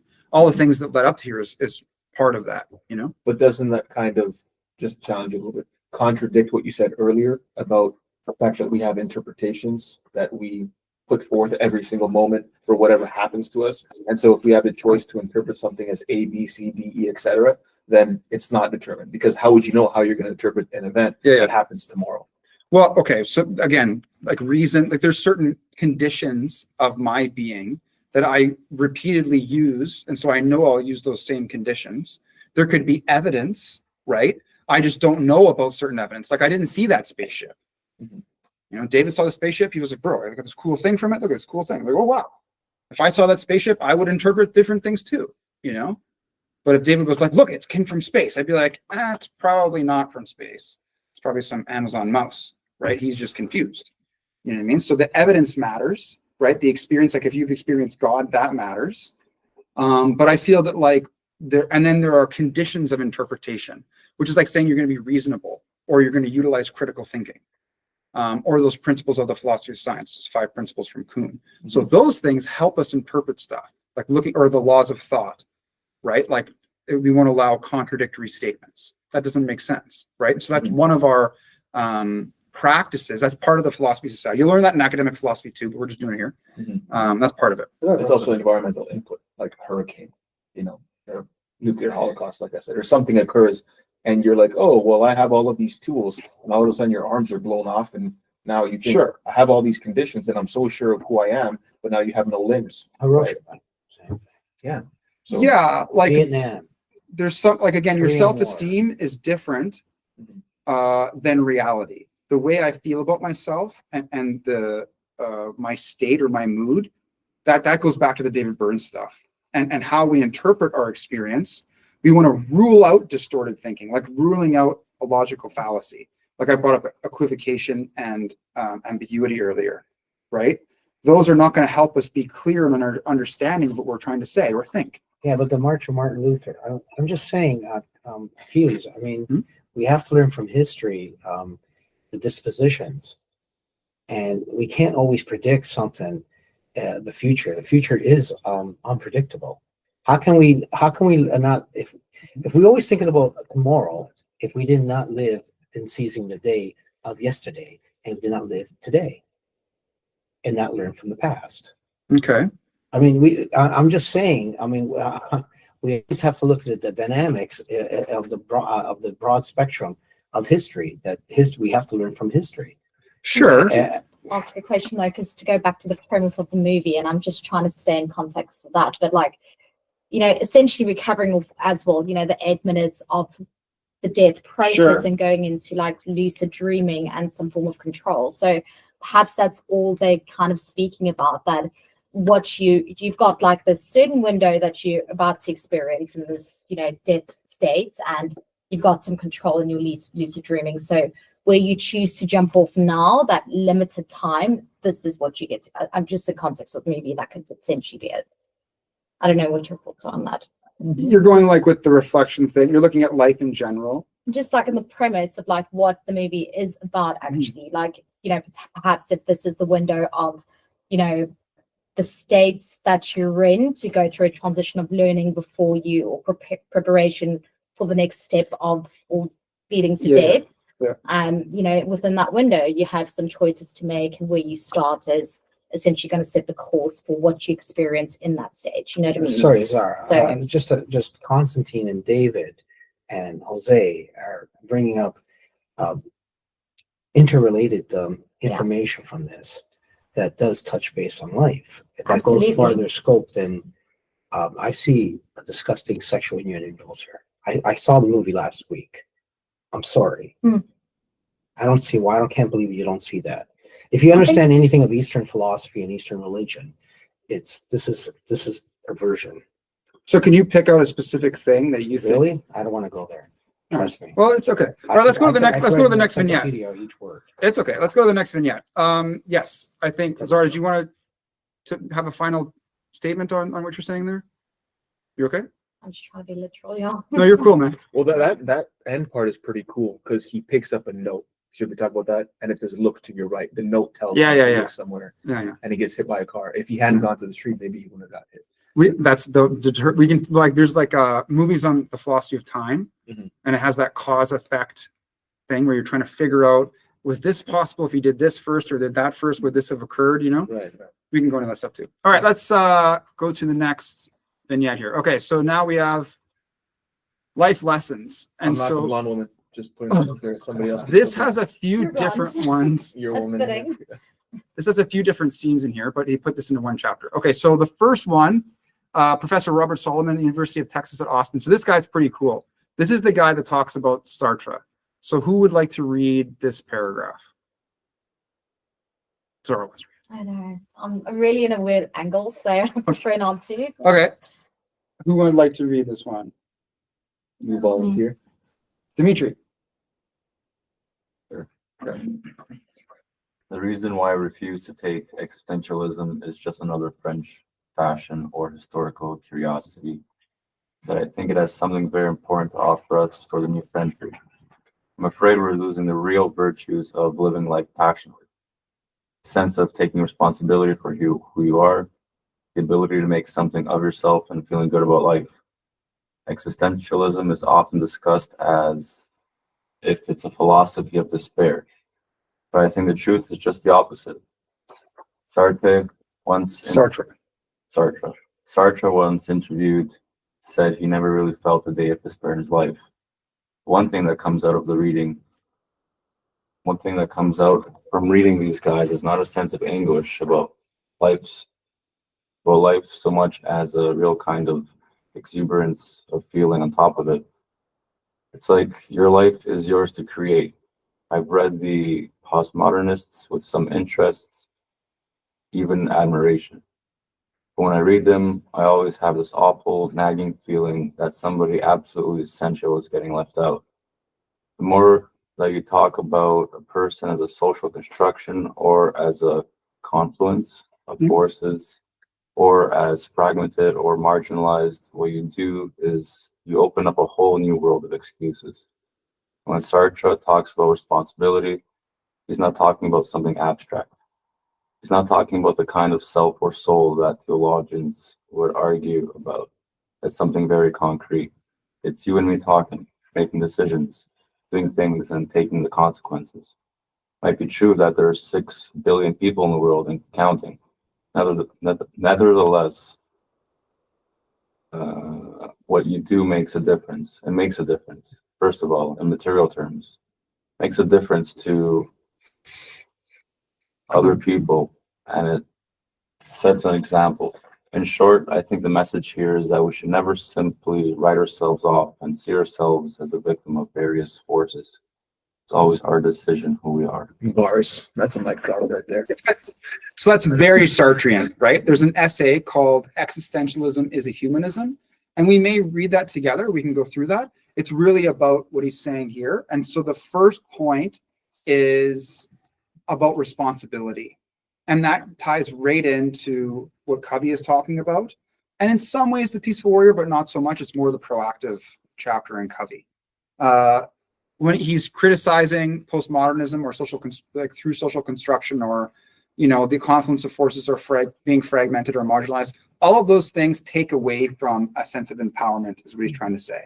It prevents people from having the capacity to make decisions. Even if these factors exist, our conscious faculty allows us to go beyond them in some ways, even go against them. And that's better than nothing, to some degree. And then, when he talks about responsibility, it's not something abstract. Like, for example, a soul, it's just you in the world. And so like Heidegger talks about Dasein, being there, your experience of the now. And it's in now that you're going to do something, right? And it affects, like, there's material things that get affected, but then it affects other people as well. So that's what we're talking about here. So I think this is important. It's an empowering argument for the individual, and that's a good thing. So next we have this discussion about. Just a second. Oh yeah, okay. This is. I was thinking you were going to say something. I was like, David's not. He loves Star Trek. Oh yeah, I love it. Yeah, sure. I mean, existentialism. Every time I read it, it's like the feeling is like, oh, this is so motivating. Oh yeah, let's do it. I can create the world. I'm my own master. Not the world. It's always give me that feeling. It's just like I still have some doubt about it. Just Okay. After every excitement, then I started doubt it. Like, See. it was shaky. Oh. So you, with what this guy said, Make like, a difference. Yeah, make a difference. He talk about make a difference. I think there's a dictatorship, in this world. Sure. How can I make a difference? They won't change. They have a nuclear power. How do I make a change? How do I make a difference? What do I do? Does it matter? Yeah, I think that there's like a natural progression of social change, and there's like before and after, and so like before we had healthcare in Canada, people would say, hey, that's a crazy idea. You're going to unify the country to all put in money for this, social program. That doesn't make any sense. Or before, India was liberated from Great Britain or England, people would say, Gandhi, you're crazy, man. Like, this is not the way. It has to be through force, or just give up, And so then after it's done, people have hindsight bias. They're like, oh man, it was so easy. Rosa Parks just had to say fuck you, and then and the world changed, because she was tired. You know what I mean? Like, that's all it took, right? And so I would say that there's certain properties that when they conglomerate together, an emergent phenomenon will occur. And it's hard to determine when that's going to really happen. Like, there's that one guy that made like successful predictions for the US elections for like the past, like, I don't know, But many terms. in your case, I gave the two key master words, destiny, dreams. In your case, you said what future was unpredictable, and now you said you have the power to make decision. You said you are the master of your own decision. In your case, destiny is in the second place. In my opinion, in my humble opinion, we live in a matrix. In a matrix with many other invisible, unknown forces. And we think we are free, but we are not free. We depend on some high-level, powerful people. And our destiny depends on these high-level, high-powerful people in this matrix. So you mean socially? Since in general, socially, family, in all angles. Okay. So the two keywords. First is destiny is the first, and second is dreams. Because my dreams depends on my destiny. According to you, your destiny is the first. What do you think? Again, back with the future. I mean, if you look back in linear time, half hour ago, where are we now? We got into the future half hour later. Mm-hmm. Did you see the discussion, the change, the dynamics? Mm-hmm. Exactly. Can we predict that? No. We're not even in the sunrise. Mm-hmm. Time is invented. Calendar day format is invented. As you know that, right? Mm-hmm. The digital and industrial revolution and technology screwed up the world. It did. Sure. For climate change, for sure. No, everything. And I'm just saying, because time is invented. Okay. It is because if you want to observe time from sunrise to sunset, that's it. You can't tell time after night. What are you going to use? An hourglass? Mm-hmm. You're going to use a China water time capsule? I'm just saying, use a sundial. Okay, fine, like Vivekananda, more accurate precision. But I mean, you put a stone here, you dictated the sun. This is what, 9 o'clock in the morning? It's actually 12 o'clock. You No put some cast. symbol for it. I'm sure. just saying, you put a stone there. time is invented, calendar date format is invented. Mhm. I'm just saying, I'm touching base on things that are very sensitive that I'm dealing with. See, the future is what? It's linear, as in the context of what we just said right now. Tomorrow is what? Because we know of a digital time, but we wake up in the morning as sunrise. The Mhm. sun is what is waking us up. That's the daylight. Mhm. Exactly. There's no difference from daylight to nightlight. Okay, I'm just saying. Okay. Okay. I mean, this Sure. there's things that I'm touching base on where people are neglecting. Well, you're, Because they're- you're discussing they're sort predictability of- and No, because see, I'm just saying. I mean, how can you predict the future if you don't understand the source origin of all things? Because time is invented. See how I'm touching base now?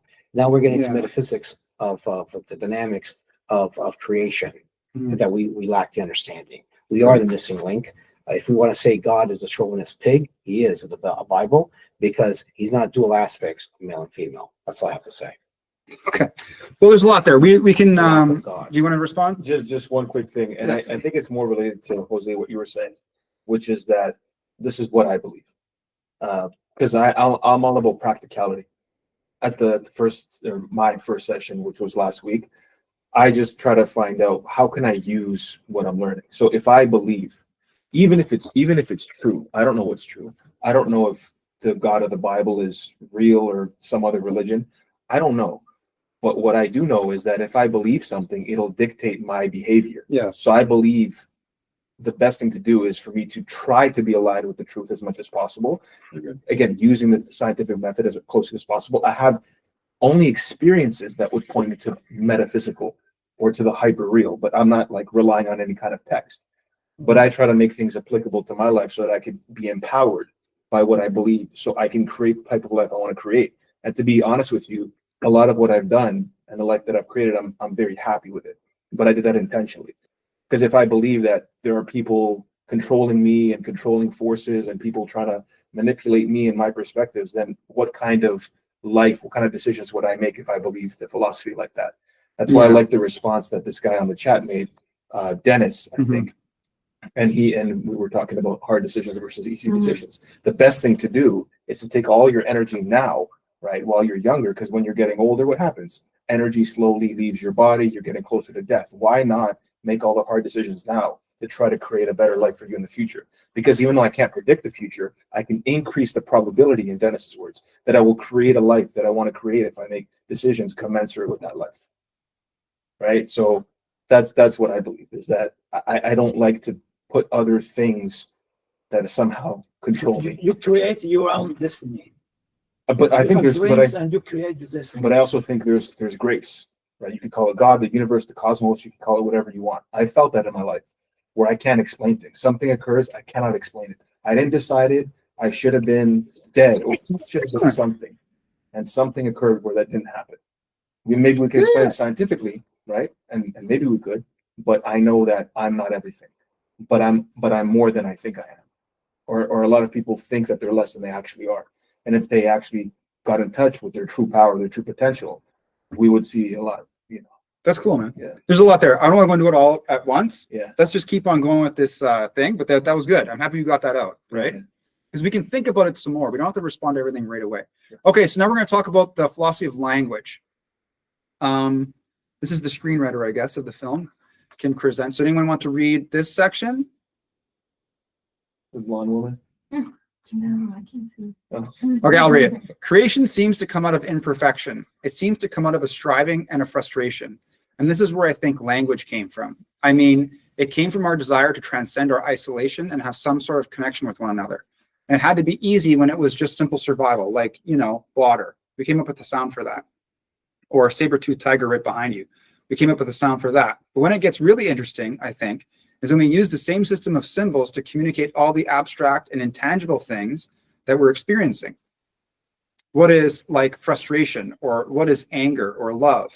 When I say love, the sound comes out of my mouth and hits the other person's ear, travels through this Byzantine conduit in their brain, through their memories of love or lack of love, and they register what I'm saying, and they say, yes, they understand.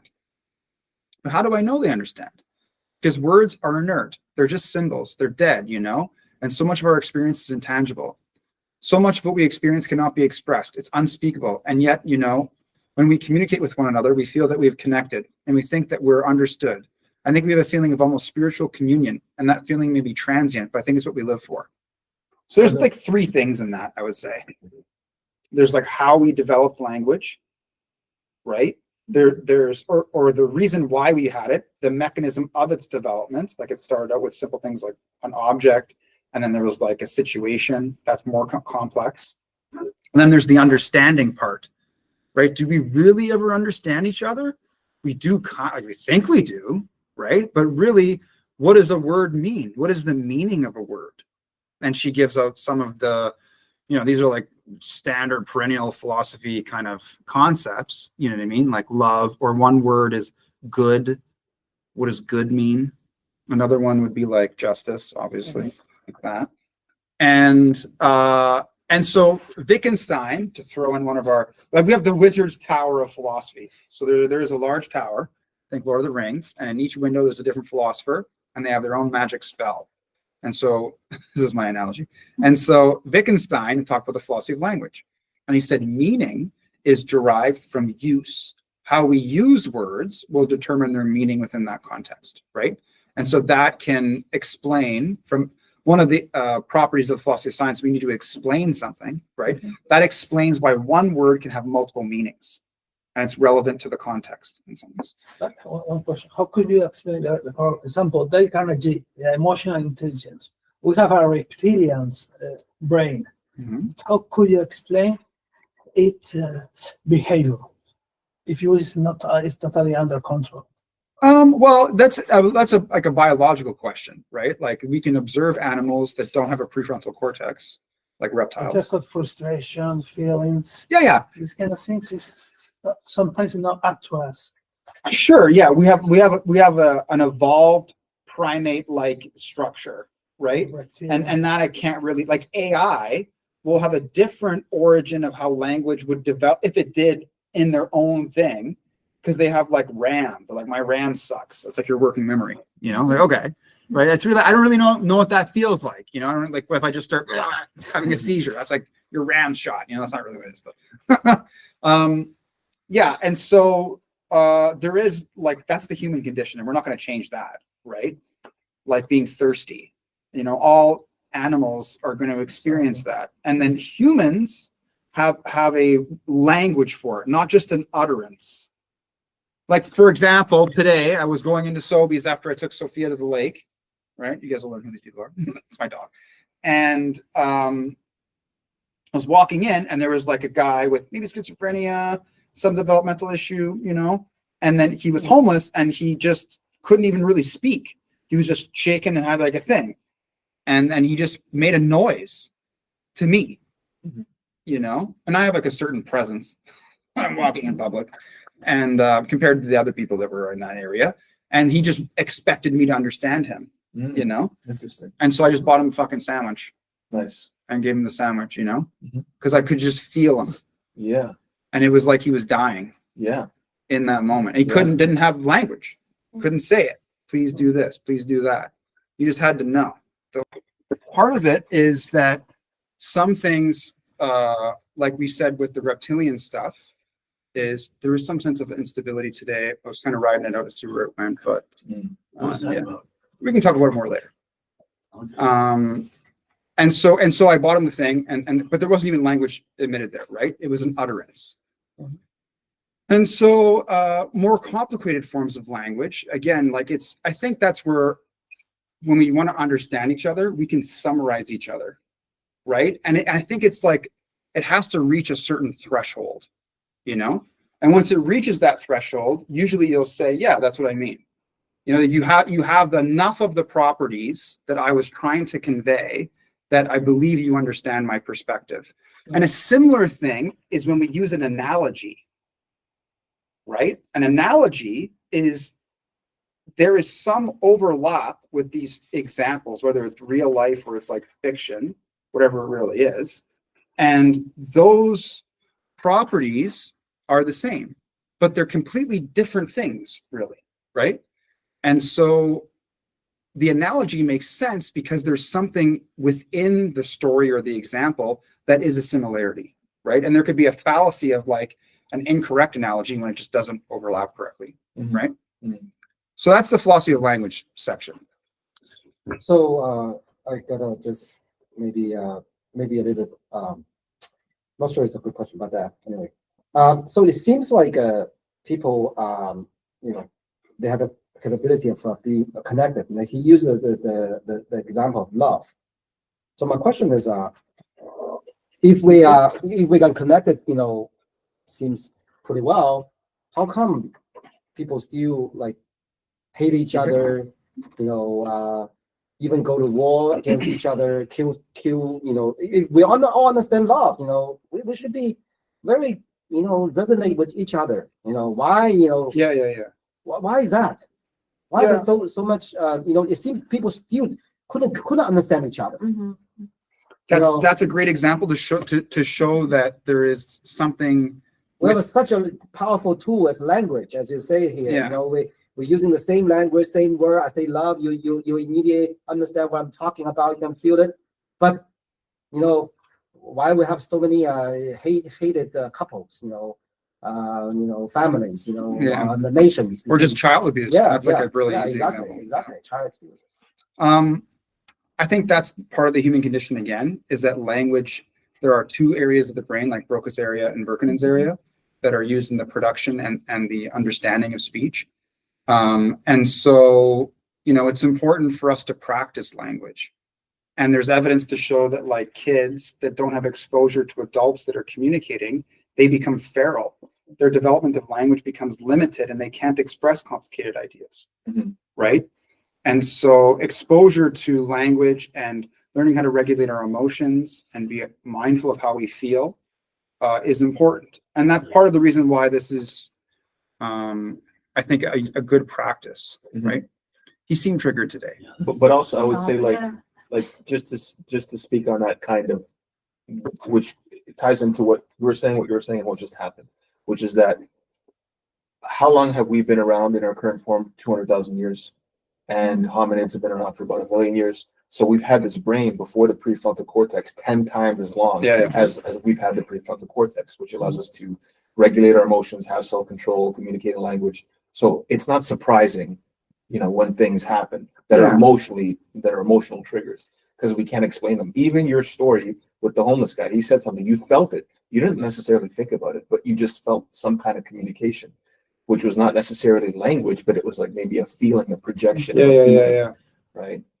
Again, because you have the amygdala. Mm-hmm. This is pretty much is a brain. It's not you can't explain because it is very simple. The limbic system, at least, which includes the amygdala, right? Limbic system. Limbic system is the certain parts of your brain that are the emotional center of your brain. Okay. Right. Cool. Do you want to say anything? So you mean Okay. the part of human being that still remain more with the emotion, the animal side, and then the rational, the language side is still just took place, 2,000 years ago, which is still just a part of the human history. Yeah, I think so. And I think that's why it's so hard for me personally. I could speak for myself, to constantly think about the right thing, to constantly make sure that whatever's occurring, I don't ignore it, I accept it, but I also interpret it in a favorable way. Because it is very easy for me and for a lot of people for something to happen, and then immediately I get pissed, I get frustrated, I get depressed, disappointed, I start to feel all of these things.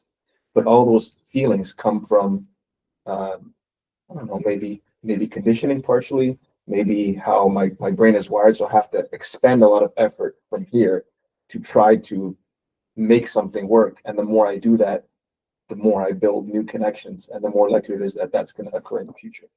So yeah, Yeah. I mean, I think we're in a sense. So I want to take that's a very good. I want to just dig a little bit deeper. So Putin also talked about love. Okay. He will also, when I see a little girl, he will also, lower his body and then exchange, very, very language. that we cannot Pleasantries. understand, pleasant, whatever.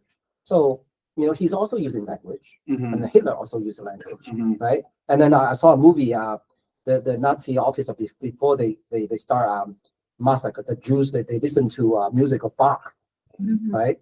Pianist. Mhm. So It seems like they're also using language, and Yeah. also they seem to also understand whatever the beautiful words. So how does that happen? So that's where philosophy comes in. It is the thing that we use to make sense of the language we're using, right? And in itself, it is using language, but it's more of the process and the structure or form of thinking. And there's some habits like awareness and, like being reasonable, putting things in like a logical format, being empathetic to try to understand the feelings that we have with other people. A very intense man is talking in front of a fish tank, gesturing wildly. What does that say? Eamon Healy. Oh, Eamon Healy, chemistry professor at the University of Texas at Austin. If we're looking at the highlights of human development, you have to look at the evolution of the organism and then the development of its interaction with the environment. Evolution of the organism will begin with the evolution of life, perceived through the hominid, coming to the evolution of mankind.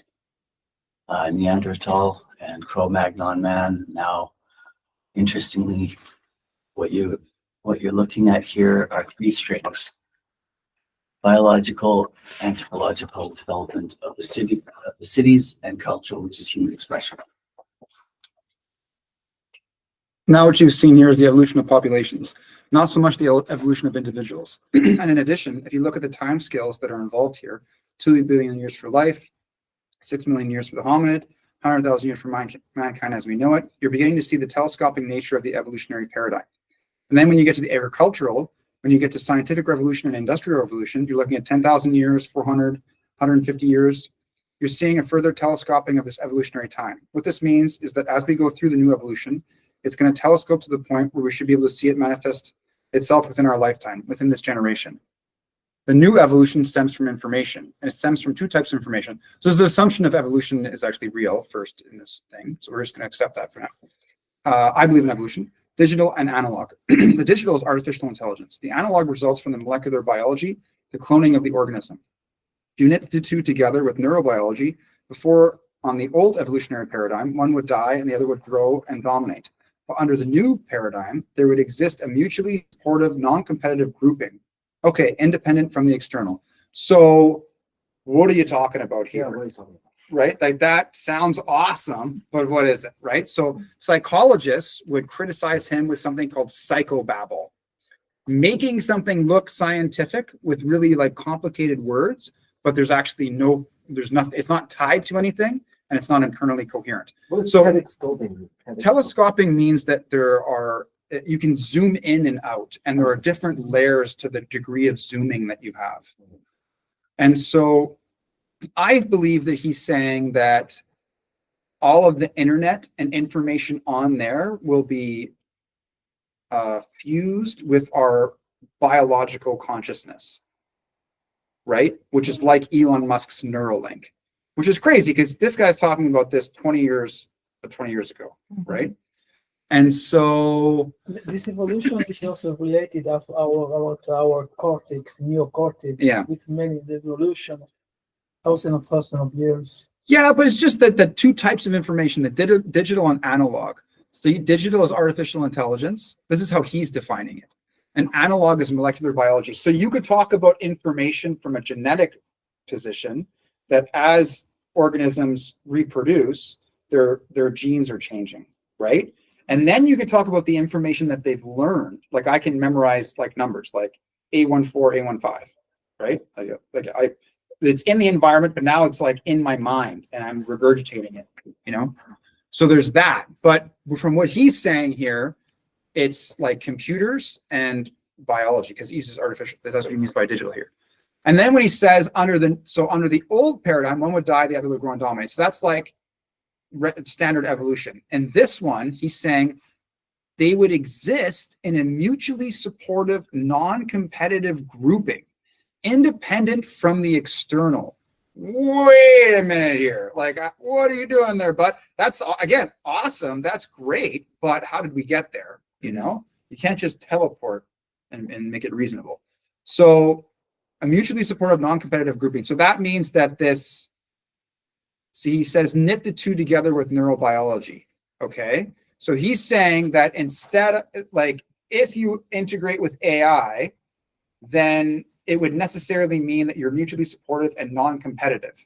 Is that true? I'm going to say it's not actually proven in this point. I guess you're not competing for the same resources because you're biologically different, right? So perhaps that's where that concept comes from. I don't know. Just a thought. Sorry. I'm just listening. And then independent from the external. So does that mean, so I get from that it's evolution by natural selection. So the environment is that which is selecting, right? So that the development would not be contingent on the environment. That's what I'm getting from that. But the mutually supportive non-competitive grouping, that is not proven yet. So let's just wait. Maybe he's just going to prove it now. Well, Oh, so independent of maybe the he's talking external. about like synergy of like working synergistically, digital and analog. Yeah. Rather than being adversarial or like clashing. Yep. It's like a matter of finding that balance that works. It's just why would it necessarily, it's just, he hasn't, from an argumentative standpoint, he hasn't proven that one statement yet. That is what he's saying. Oh, He just okay. hasn't proven it yet. I see, right. And also independent from the external, it's a nonsensical statement. That's impossible. Yeah, the external environment would always have some effect. Like if the sun's going to blow up, even if we're like cyborgs and we're like, yeah, it doesn't really matter. The fucking sun's going to blow up. Even air, even if you're in a cage, you still have an external environment. You're Yeah. still sensing it. Yeah, for sure. So we have to understand that. Like, let's try. And you mentioned this earlier, the principle of charity, right? What that means is that when we're trying to understand someone, I want to strongman that person, right? So recently there was like a video with, what's his name? The mathematician, Weinstein, and that actor that's in the Marvel movies. I don't know. Who has like his own theory of mathematics. Like 1 times 1 is supposed to equal 2. So an actor has a theory of mathematics. Yeah, and Interesting. then like one of the leading mathematicians like discusses his flawed theory on Joe Rogan, right? And so throughout the whole thing, he's like, I want to strongman you. I want to try to understand your argument the best I can, and then make from the strongest position. Then we're going to criticize it or whatever, right? So we're going to do the same thing here. Principle of charities. That's one of our philosophical tools, right? In the pocket. In the Wizard's Tower, I forget who said that, but there's a guy in there in the tower, just so you know. So, okay. And what is interesting here is that the evolution now becomes an individually centered process. That's what he means by independent from the external. Emanating from the needs and desires of the individual and not an external process, a passive process where the individual is just at the whim of the collective. So again, collective is a different thing than environment. So you produce a neo-human, okay, with a new individuality and a new consciousness. Sure. But that's only the beginning of the evolutionary cycle, because as the next cycle proceeds, the input is now this new intelligence. As intelligence piles on intelligence, as ability piles on ability, the speed changes. Until what? Until you reach a crescendo in a way that could be imagined as an enormous instantaneous fulfillment of human and neo-human potential. This is just the merging with AI, basically. It could be something totally different. It could be an amplification of the individual, the multiplication of individual existences. Parallel existences now with the individual no longer restricted by time and space. So again, it's just expanding this, like, what's that story by Dragon Ball Z, where they just teleport with their minds. No, for sure. Dimitri knows. There's this story by maybe Philip K. Dick, or no, it's the other guy, Arthur C. Clarke. And it's about the development of technology to the point where all of consciousness is like a wisp of matter, like it's a supercomputer. And then it says to itself, "Let there be light," and then it expands, and then it creates the new universe. It's a cool story. I think I have it on the meaning and purpose section on the website. Here, let's just pull it up really quick. I have the capacity to do that. I have to go like this. Where am I here?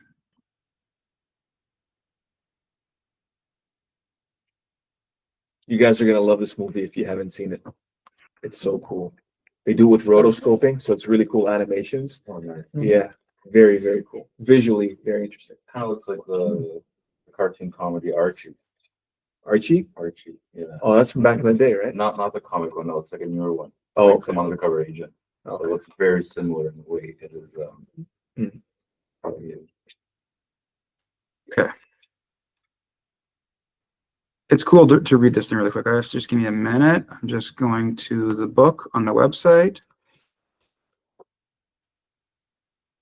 Okay, so this is the website, and here are a bunch of chapters that I've written. And we're going to meaning and purpose. Where is it, you say? It is this galaxy. Okay, you can read all that stuff later. That's all good stuff. And we get to here. Yeah. Okay, Isaac Asimov, the last question. So, significance. So the story opens in 2061 with the solar system cooling down. Scientists ask the giant computer, can entropy be reversed? Not enough data for a meaningful answer. Next scene, Earth's inhabitants have fled the white dwarf that used to be our sun for younger stars. As the galaxy continues to cool, they ask the miniaturized supercomputer, which contains all of human knowledge, can entropy be reversed? Not enough data. Continues through more scenes, with the computer ever more powerful and the cosmos even colder. The answer remains the same.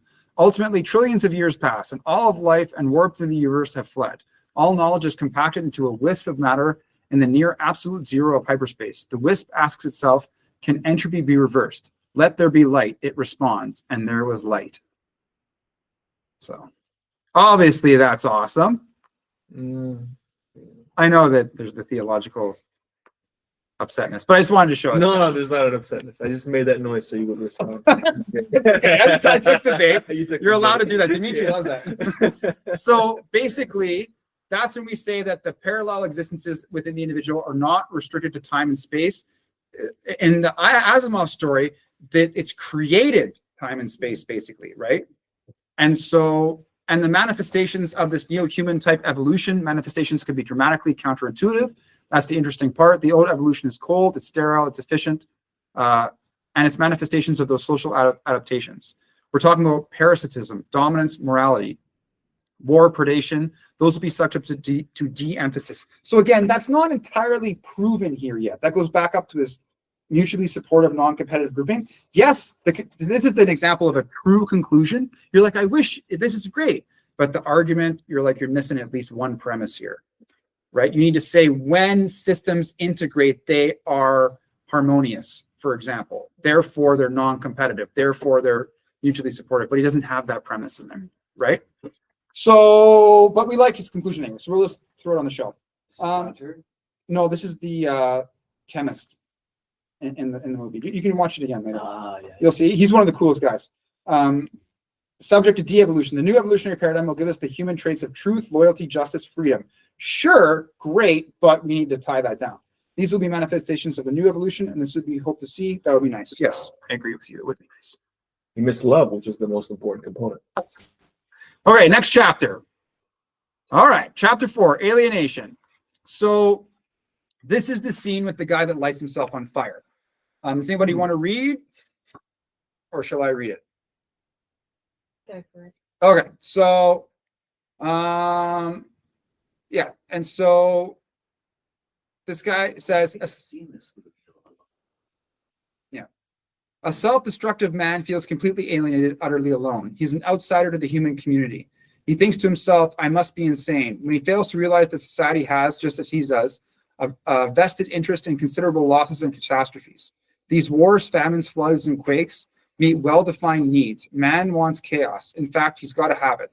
Depression, strife, riots, murder, all this dread. We're irresistibly drawn to that almost orgiastic state created out of death and destruction. It's in all of us. Excuse me. We revel in it. Sure, the media tries to put a sad face on these things, painting them as great human tragedies. Excuse me. But we all know the function of the media has never been to eliminate the evils of the world. Their job is to persuade us to accept those evils and get used to living with them.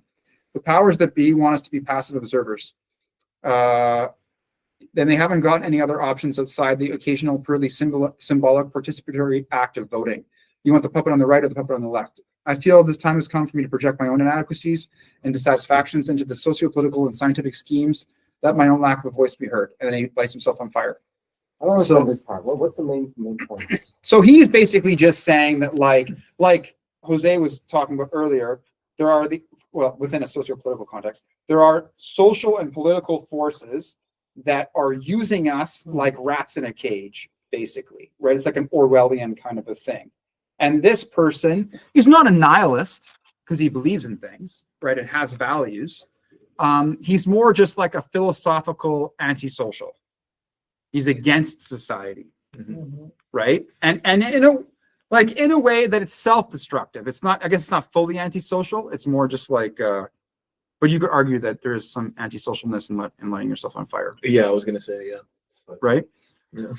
So, like, what do we have in here? Part of it is we're going to take Burns and throw Burns' distorted thinking at this guy. He uses the word catastrophe. So that is a distortion. Looking at things as the end of the world. Because you could also take a different perspective.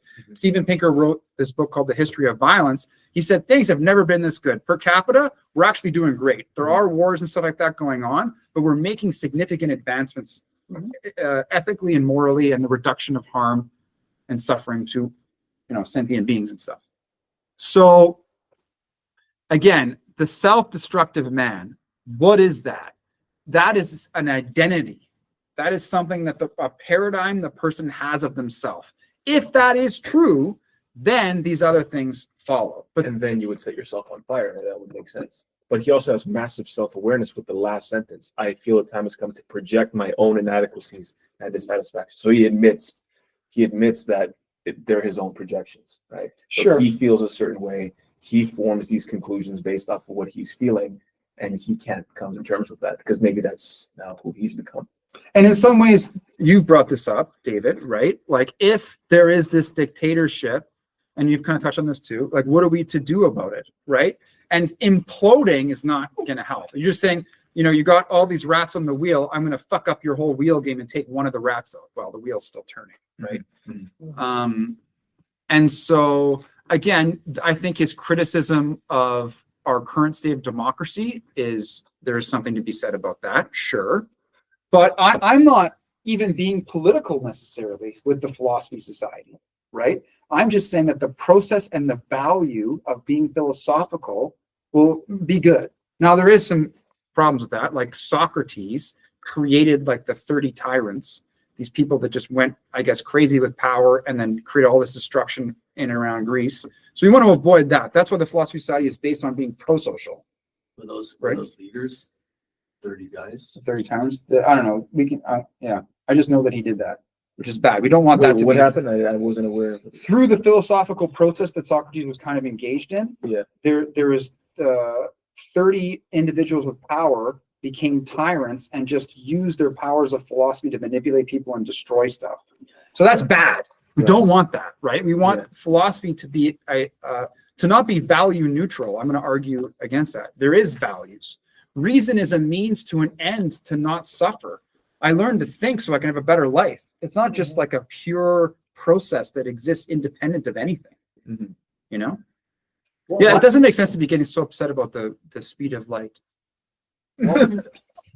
Bro, you're still thinking about that. Like, you can observe it. I'm looking at light right now. It's like, what are you talking about? I'm not looking at it, but it's part. It is the thing that is illuminating everything that I see. It is the reason I see color. Yeah. So I don't know what you mean that I don't know that it's there. That's the thing I call light. He said it was impossible to. It's a photons. Yeah. This is, yes, so. Sorry. He said it was like almost impossible to measure. I think that's what. Yeah. There's a spectrometer or whatever it's called, spectrometer or something. There's a way you can measure something. That's how they look at distant planets, something, and they can determine what they're made out of. Or this split test with the photons, is that kind of similar? That's a different thing. That's like the double split experiment just Wave shows. versus particle. Yeah, Right. that's that. Yeah. That's almost the observation. Yeah. Yeah. Oh, that's Schrodinger's cat. Was that the philosophy behind Yeah, it? when you observe it, it's like a wave, and when you observe it, it's a particle, and when you don't observe it, it's a wave. Like you don't know if the cat is dead or alive until you open the thing. Yeah, So your opening affects the state of Mhm. the thing, it's unknown, and then it's known. and then it's known. It could just be an epistemological thing. Again, I'm not a physicist. It could just be that that's the limitation of our knowledge. It's not actually that it's in two different states. Yeah. I mean, how you don't know that if it's in two different states. You're just Right. hypothesizing it's in two different states, and then it becomes known Yeah. after the fact. Again, I'm not a physicist, so Yeah. it's not. But also back to Jose's point about Yeah. the known and the unknown is that it's true that, and physicists have shown, I'm not like making this up scientifically, that we don't understand 98% of the universe. Like there's dark matter, dark energy. We understand, or we know of 2% of what we can see and measure. There's this massive percentage which we have no idea. Sure. Yeah. And So I'm yeah. not saying that's Maybe God. it's even That's less than what I'm saying. 2%. 0.02%. Right, maybe it's less. So the Well, point no, is, it's a like, huge percentage. we can't be so sure about something if there's so much that we don't understand. Yeah, I don't know. Let's just assume our lack of knowledge for now on those things until we get more data. So So he's compared to, self-destructive aliens, because you know. he has a twisted interpretation of the reality. that's what I'm doing to this guy. I'm saying that your philosophy is a problem because it is distorted, right? The way his identity is formulated, we could say there's a different perspective you could take, What right? different perspective you can take, for example. You could say that like you're a liberating man. And no matter what constraints, just like the previous guy, right? And he talks about the postmodernist or marginalization or fracture. You say that takes away from your responsibility. And we Right. can tie this into what the girl was saying about language, is how he's using his language. Yes. Is determining also how he's feeling. Exactly. And that's the David Burns argument as well. Right. Right. So, but we're going to say this, we're sorting things out here, right? That's what we're doing when we're philosophizing. And so he is an outsider to the human community. Again, that is going with this asocial component, right? I must be insane. Okay, what does this mean? Why is it the case that you're insane? You may not be conforming, and that could mean that you're correct. Maybe the people are wrong. One of the fallacies is ad populum. Just because the majority of people believe in something doesn't mean that that thing that they believe in is true, right? There has to be some external mechanism that is the arbiter of truth, not just what everyone thinks is the case, right? So he fails to realize society has a vested interest in losses and catastrophes. That is contradictory. So I'm going to take my pencil and put a line through that whole sentence and then put an X on the side. Wars, famines, floods, quakes meet well-defined needs. Contradictory, putting a line through that, crossing it over. Man wants chaos. That's a self-fulfilling prophecy. The self-destructive man or destructive person may want chaos, like the Joker or the antisocial. Sure, okay. That is a psychological disorder, though. It's not the nature of human beings. It is one of the valleys that the landscape of human can be, but it is not the territory, right? Depression, strife, riots, murder, all this dread, we're drawn to it. So there is some sense of the reptilian, violent nature in human beings, right? That is there, but our prefrontal cortex and a healthy mammalian brain, a healthy limbic system that has good pro-social connections with people can sort that stuff out.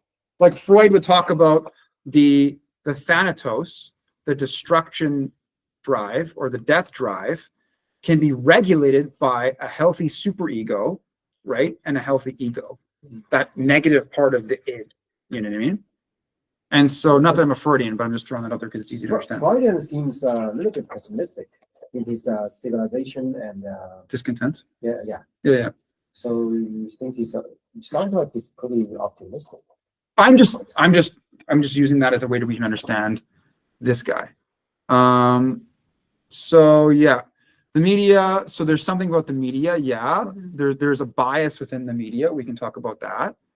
And so eliminating the evils of the world. So that's something that I would say there's a market need there, right? There's a need for some kind of media or communicative mechanism, right? That will help us out with problems within society. And that's, again, like the one size fits all solution is the philosophy side, right?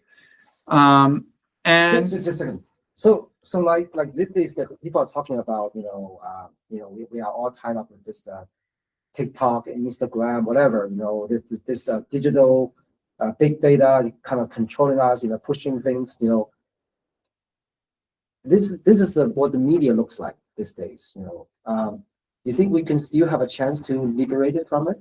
well, it's so much more reason why critical thinking and the practice of it is important.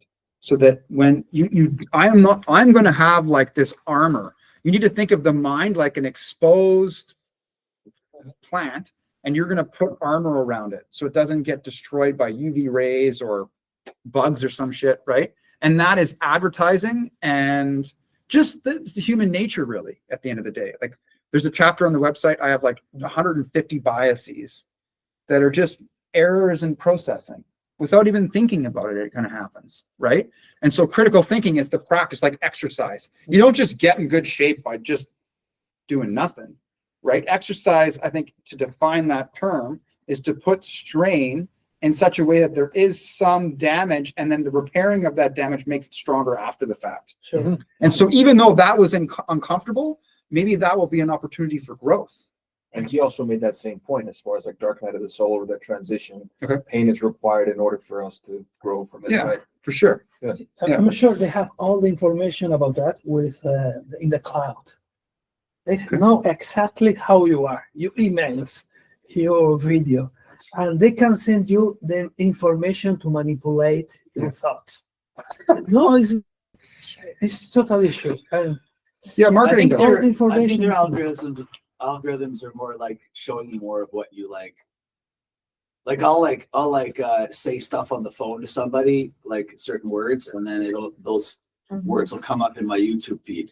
Yeah. You know, It's a thing. Yeah, for sure. And that's a different level of awareness. it's like giving me what I'm like talking about or something. Not to be a conspiracy theorist, but the marketing, they do buy your data and they do use the data. That's not a conspiracy at all. I know. But we need to draw the line there. Just make sure Or we like know what- what. yeah. Not a personalization. Okay. It's a setting of your point. That's a personal- All right. Easy answer. Okay, so what we got here? So we're sorting through this, right? Because we don't want to just throw out the whole thing because we might find something distasteful. We want to be philosophical. To have wisdom is to analyze what is said by what is like there, right? I'm not going to impose things or make assumptions. And then the things that are problems, we'll identify that and explain why based on what was said. And the things that are good, we can find that too. And so, okay, powers that be. So we're getting a little bit conspiracy theory right there. And then, all right. So death and reality. So this is the Ethan Hawke and Julie Depot. I like this. They're in the bed. And so does anyone want to read this one? I keep thinking about something you said. Something I said? Yeah, about how you often feel like you're observing your life from the perspective of an old woman about to die. You remember that? Yeah, I still feel that way sometimes. Like I'm looking back on my life. Like my waking life is her memories. Exactly. I heard that Tim Leary said that as he was dying, he was looking forward to the moment when his body was dead, but his brain was still alive. You know, they say that there's still 6 to 12 minutes of brain activity after everything else shuts down. And a second dream of consciousness, what? Right. Well, that's infinitely longer than a waking second. You know what I'm saying? Oh yeah, definitely. For example, I wake up and it is 10, 12, and then I go back to sleep and I have those long, intricate, beautiful dreams that seem to last for hours. And then I wake up and it's 10, 13. Yeah, exactly. So 6 to 12 minutes of brain activity. I mean, that could be your whole life. I mean, you are that woman looking back over everything. Okay, so what if I am, then what would you be in all that? Whatever I am right now. I mean, maybe I only exist in your mind. I'm just still as real as anything else. Yeah, I've been thinking also about something you said. What's that? Just about reincarnation and where all the new souls come from over time. Everybody always say that they've been the reincarnation of Cleopatra or Alexander the Great. I always want to tell them they were probably some dumb fuck like everybody else. I mean, it's impossible. Think about it. The world population has doubled in the past 40 years, right? So if you really believe in that ego thing of one eternal soul, then you have only 50% chance of your soul being over 40. And for it to be over 150 years old, then it's only 1 out of 6. Right. So what are you saying? That reincarnation doesn't exist, or that we're all young souls, like where half of us are first round humans? No, what I'm trying to say is that somehow I believe reincarnation is just a poetic expression of what collective memory really is. There was this article by this biochemist that I read not long ago, and it was talking about how when a member of our species is born, it has 1 billion years of memory to draw on. And this is where we inherit our instincts. I like that. It's like there's this whole telepathic thing going on that we're all a part of, whether we're conscious of it or not. That would explain why there are all these things, seemingly spontaneous, worldwide, innovative leaps in science and the arts, like the same results popping up everywhere, independent of each other. Some guy on a computer, he figures something out, and almost simultaneously, a bunch of other people all over the world figure out the same thing. They did a study. They isolated a group of people over time, and they monitored their abilities at crossword puzzles, right, in relation to the general population. And they secretly gave them a day-old crossword, one that had already been answered by thousands of people, and their scores went up dramatically, like 20%. So it's like, once the answers are out there, people can pick up on them. It's like we're all telepathically sharing our experiences. Did you have that experiment with the monkeys? Tell us. I don't remember exactly what they gave the monkeys, but they had some monkeys in an enclosure. I think they gave it some type of fruit, and like they were trying to like open it a certain way. And once they figured it out, then like all the monkeys started following suit of what the proper way to do it was, and then they ended up getting the same into a different tribe of monkeys, completely isolated from the group, and they picked it. They already knew what to do. That's cool. That's Something really like cool. that. You can find it. It's ancestral memory. I think that's what they call it. It's a scientific term. Yeah, let's go through it. Cellular memory or something. Okay. Yeah. Yeah, let's go through it. So the first thing we're talking about here is feeling like you're observing your life from an old woman about to die. So that's like Stephen Covey talks about that in Habit 2 when he talks about the funeral example, right? To begin with the end in mind. And that also is Nietzsche's eternal recurrence. So Nietzsche's eternal recurrence is if a demon came to your dream and said, what if I was to tell you you're going to live the same life over and over and over again for eternity? As soon as you die, you're reborn in the same thing. It just repeats itself. And it's a question of, Was it your life or the moment? I think he said the moment. no, it's your whole life. Is your whole life? Yeah, Oh, eternal recurrence. where you live the same life. The snake eating the tail. Okay. And so he says that it's a question of, do you affirm your existence or deny your existence? And what you want is to have the affirmative that, yes, I would live the same life over and over again, right? And so you kind of want to think about that from the perspective of the end. That way you can kind of guide yourself now so that you don't really have regrets. You're like, I'm happy with what my life is, So that's the first thing that we're talking about there. And then my waking life is her memory. So this is like almost like, a poetic way to say these things. And then the 6 to 12 minutes of brain activity before everything else shuts down. Again, there's different types of death. Like if you get a bullet to the head, there's not a brain left to do the lucid dreaming state. We could argue that maybe that's a justification for certain types of death. Like it's better to die in like a peaceful way. That way you can experience this. But this is a physical limitation, even if it's true, right? So can I ask a question going back to you just mentioned the eternal life. Does it mean that we should understand that? Does it mean that we live our life fullest so that we won't regret it? That's basically what it is. Yeah. That's it. Yeah, you were correct. Oh. And so there's that. And then they say like, you've slept for a minute. It seems like forever. So yeah, that's cool. And then It's called the 100th monkey effect, oh yeah, I think that's actually been falsified. 1952. Yeah, I don't know about that one, my friend. But Yeah. there were other subsequent studies where I think it wasn't 2 different tribes, but it was the family of that specific group. So it's passed on the gene. So I don't know. But I know the thing is real. Maybe not that specific experiment, but some similar experiment that is trying to prove the same Yeah. concept, right? Yeah, we'll get It's to a it. metaphysical question. What is afterlife? But it depends on your religions, your knowledge. Many people, they had experiences after this life. They have Near-death like experiences. Experience Yeah. medical death, and some experience and go back. I can explain what happened. So it's what is this real? It's not real. It's just what is happening. Yeah, they've tested it. So for example, when someone's experiencing an NDE Uh-huh. and they would have like an out-of-body experience, right? What they would do is on top of this thing, they would write a series of numbers and then ask the person when you were floating up, what were the numbers? And no one's ever able to. Yeah, but before then, they had the NDEs where people would say that they saw different things in the hospital and it was actually proven correct. But it was after they started doing the experiments where they couldn't be proven because maybe the NDE didn't happen exactly the way they predicted it.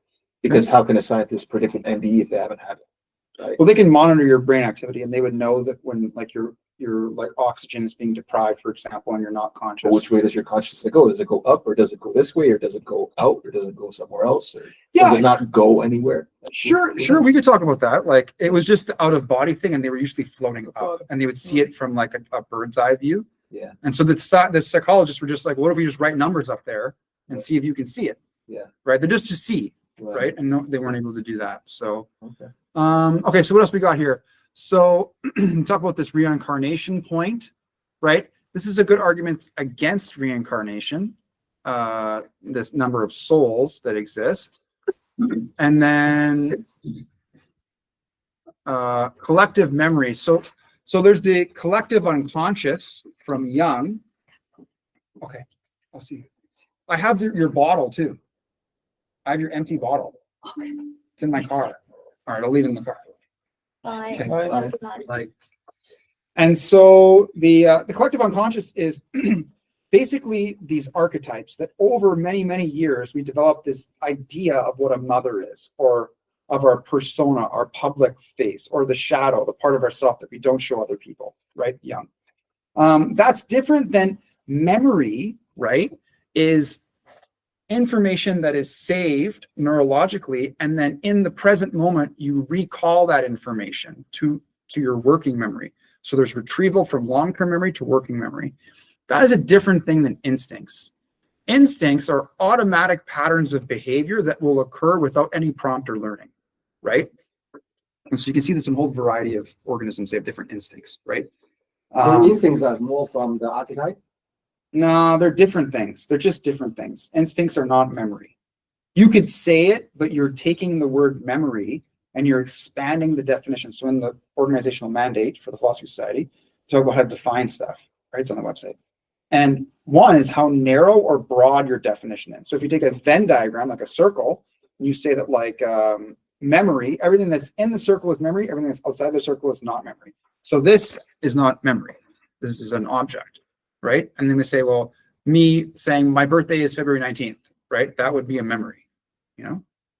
And that would go in the circle. And so instincts are not really memory in the way that I define it, retrieval from long-term storage. So instincts is what? Is it collective? Is it from archetypes? From collective?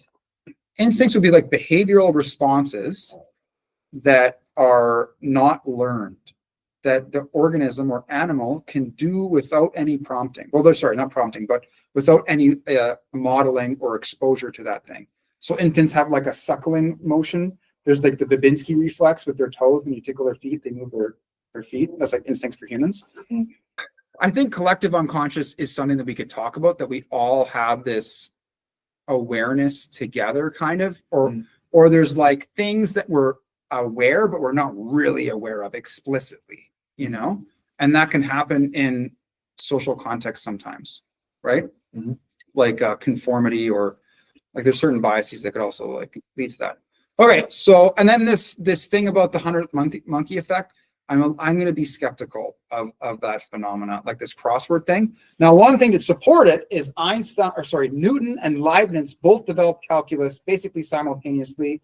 Now, the question is, did one of them find the other guy's notes and then like, yeah, you know, I fucking stole his shit or something like that? I don't know. That could be the thing. But it could also be the fact that they independently did it. And I said earlier, as an emergent phenomena of those socio-political things that are kind of occurring at that time, right? Mm-hmm.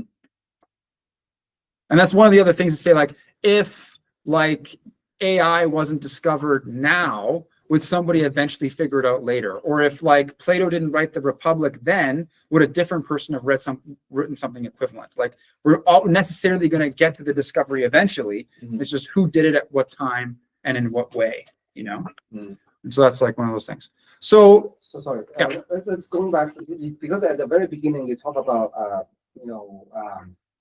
you talk about the women looking from the old woman, you know. Yeah. You use the example of eternal Recurrence. Yep. Recurrence. So I was thinking, imagine, if you remember, Dostoevsky talk about his own experiences. He was sentenced to death. Okay. He was about to get killed, and then later, the order from the emperor came, and then he saved, because the emperor say, let's give him another chance, So he talk about that near to death experiences, like that, he talk about I wish because the guys in front of him that didn't receive the order, in time got killed. He witnessed his companion get killed. Yeah, in the prison. So he talked about in his novel. So I was wondering, if at that moment, like he's about to die because he didn't know, there's an order coming to save him. Is he going to regret that he didn't live the life fullest? He didn't talk about it. He just say, I wish I could be, if I get another chance to live, then I could treat my brother better or something like that, So, do you remember that? I didn't read that's a very famous. I'm sorry, saying. I didn't read that book. Okay, sorry. That's why you're here, though, because you didn't find us. What about your artificial intelligence? It's really scary because it can't replace any kind of jobs. So the question is, what is happening in 50 years? Will we, as human, replaced by artificial intelligence?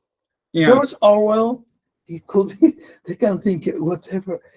Now it's crazy because with artificial intelligence, we live in a new era and a new human beings is coming. Yeah. Well, again, I don't like to be a doom monger or fatalistic or catastrophicize. There are hazards, and doom mongering, like the end is near. At all times of human existence, there's been doom mongers. So I like to proportion my belief to the evidence. Like once I know that Ukraine, there's like drones, and it's like No, for sure, human existence for sure will be alive for a long time. But the question is, will be exactly the same humans no. or a new one? We spoke about evolution earlier, so But it's not evolution; it's a revolution. But you talk about George Orwell, he actually described a much worse picture, because you remember at the end, they try to torture the guy. They put the rat in front of his face. You remember? I didn't read it. Oh. I have it though. Yeah, have it. Because they know exactly what he's afraid. The thing he most afraid of is the rat. They know it from his behavior, whatever. They know that, so they put the rat in front of him, and then at that time, the guy, the main character, has already kind of surrendered to the big brother, but they still try to torture him. Then so he's crazy, and then he become very painful, and then he asked the authority, why you still torture me? I'm already surrendered. Whatever you want me to do. They said, well, then it's for the power, because the nature of power is the proof that I have the power to manipulate you. So that's the only reason to torture you. So that's the scary part of the thing. They don't torture you for to let you be loyal. No, the only reason to torture is to prove that they have the power to manipulate you. Yeah, but you also have the power to consistently defy them too. It's gonna suck, but you can do that too. Like it's a confusion on the one attaining power, that you can subjugate a conscious being to no power.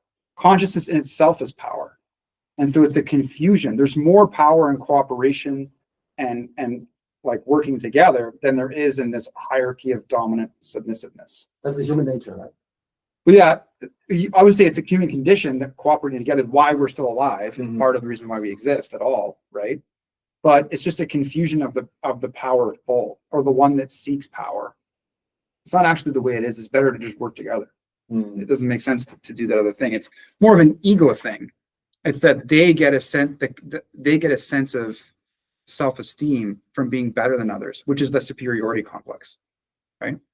All right, we're moving on. Let's see if we can finish a little bit before we are done for today. So we got I'm not good with this. the psychopath guy in jail. So I'm just going to paraphrase this. So he's Bro, just read it. Just read it. Come on, Yo. man. Language, the power of language. no, I don't want to read Power this. of It's not good. language. It's not good. You can watch the movie. So he's mad and he's in prison, and they show his anger through the color of his skin. He's red, right? And he spends his time talking about how he's going to get revenge. And he goes through explicit examples of the revenge he would like to do to this generalized person who would put him in prison.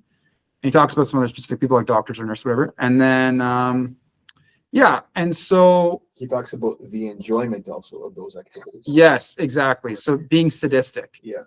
And so basically, this is somebody who doesn't like the ref, right? And we're assuming that whatever this person's done is legitimate for they're in prison, and they don't like the fact that they're in prison, right?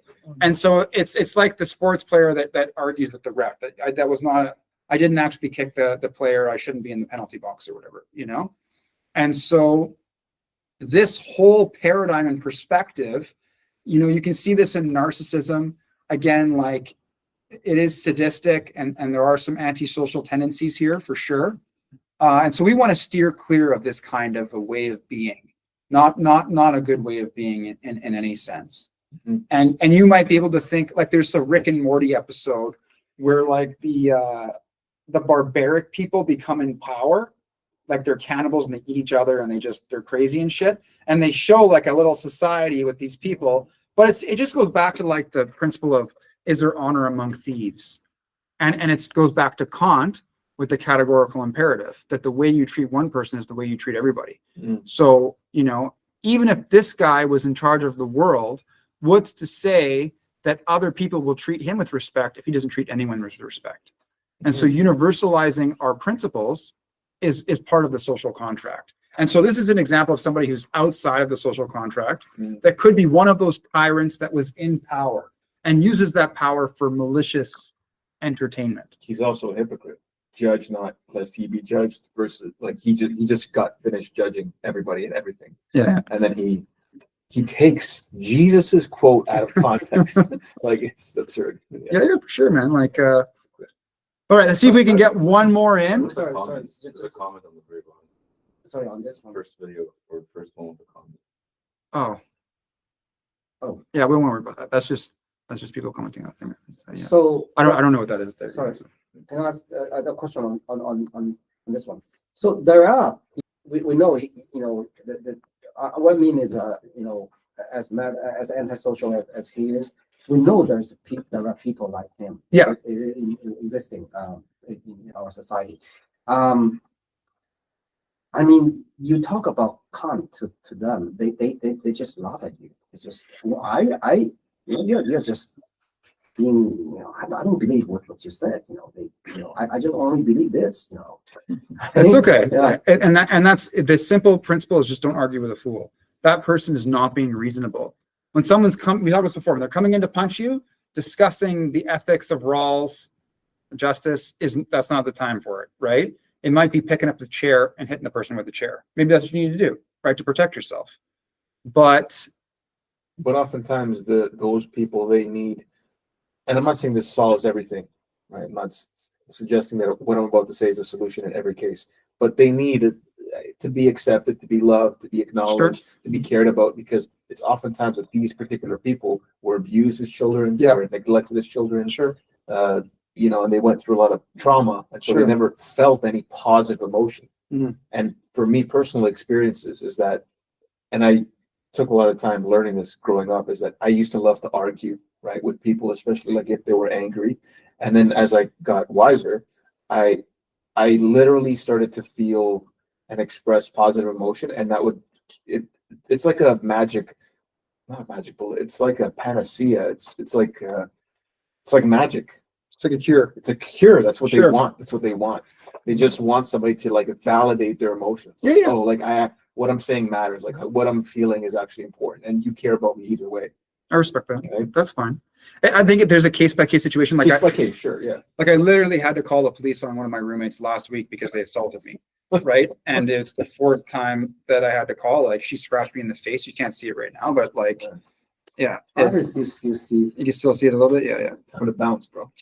yeah. And so it's just some people dissociate and they're not aware of themselves in that moment. And so when you say, please stop hitting me, their brain's not at that level right there, right? And so I talk about cognitive capacity. I don't really use IQ as much really as a thing. We can talk about learning disabilities, but sometimes people's capacity for cognition is depreciated. And you could induce that by drinking alcohol, or it could be a learning disability, or it could be a developmental thing, right? And so when we talk about institutionally, how do we respond as a society? Yes. In the moment, you might need to call the police. Sure. You may have to protect yourself, Totally. right? Like there was this one guy, we were at this fun party one time, at dance party, and this guy was like ready to fight me. He was just like, you know, and then he pushed me, and Dimitri ran in, you know, fucking pushed him back. And it was just that guy, there was no reasoning with him. He's like, I don't have to be angry. He's like, I've fucking beaten up guys in cold blood, like very frequently. And I'm just like, you're a bad guy. Like you're not actually a good person. You know, like the being you've become, like there's a problem here. Yeah, it's also alcohol when that gets in. Yeah. That's why it doesn't matter how much reason, how much love, how much whatever. If somebody's drunk or under the influence of something, it's not working properly. The system is not working properly. Yeah. So nothing really works. So Yeah, so there's in the moment, then there's institutionally, and you're right. I think a rehabilitation thing is important, and like this person that I experienced, they need like it just can't be me to help them. Sure. You know, there needs to be like more than one person, and that's fine. That's okay. You like know, two people, right? Put them in a straitjacket. Right? no I'm joking. people that have the emotional reservoir and they don't Sure, have sure. compassion fatigue Fair or enough. compassion burnout. You know what I Yeah, mean? yeah. But yeah, okay, so that's it for today. We got up to chapter 6. We got 5. So next week we'll go through some more and we'll talk about some more things. You guys can watch the movie. That's a quarter of the way. I think we were 20. Yeah, we'll get through more next time, I think. And that's good though. I'd rather just do this. I like to do a good job and then the videos are online and then people can follow along, because that way I speak about most of the things and I contextualize it to some degree. And then and then we'll continue with the 7 habits for a little bit. Maybe I'll do some board stuff too. I do diagrams and I talk. It's like I draw the wizard's tower. All right. Okay, so I'm going to end the video here, and then we Just will. to ask a question.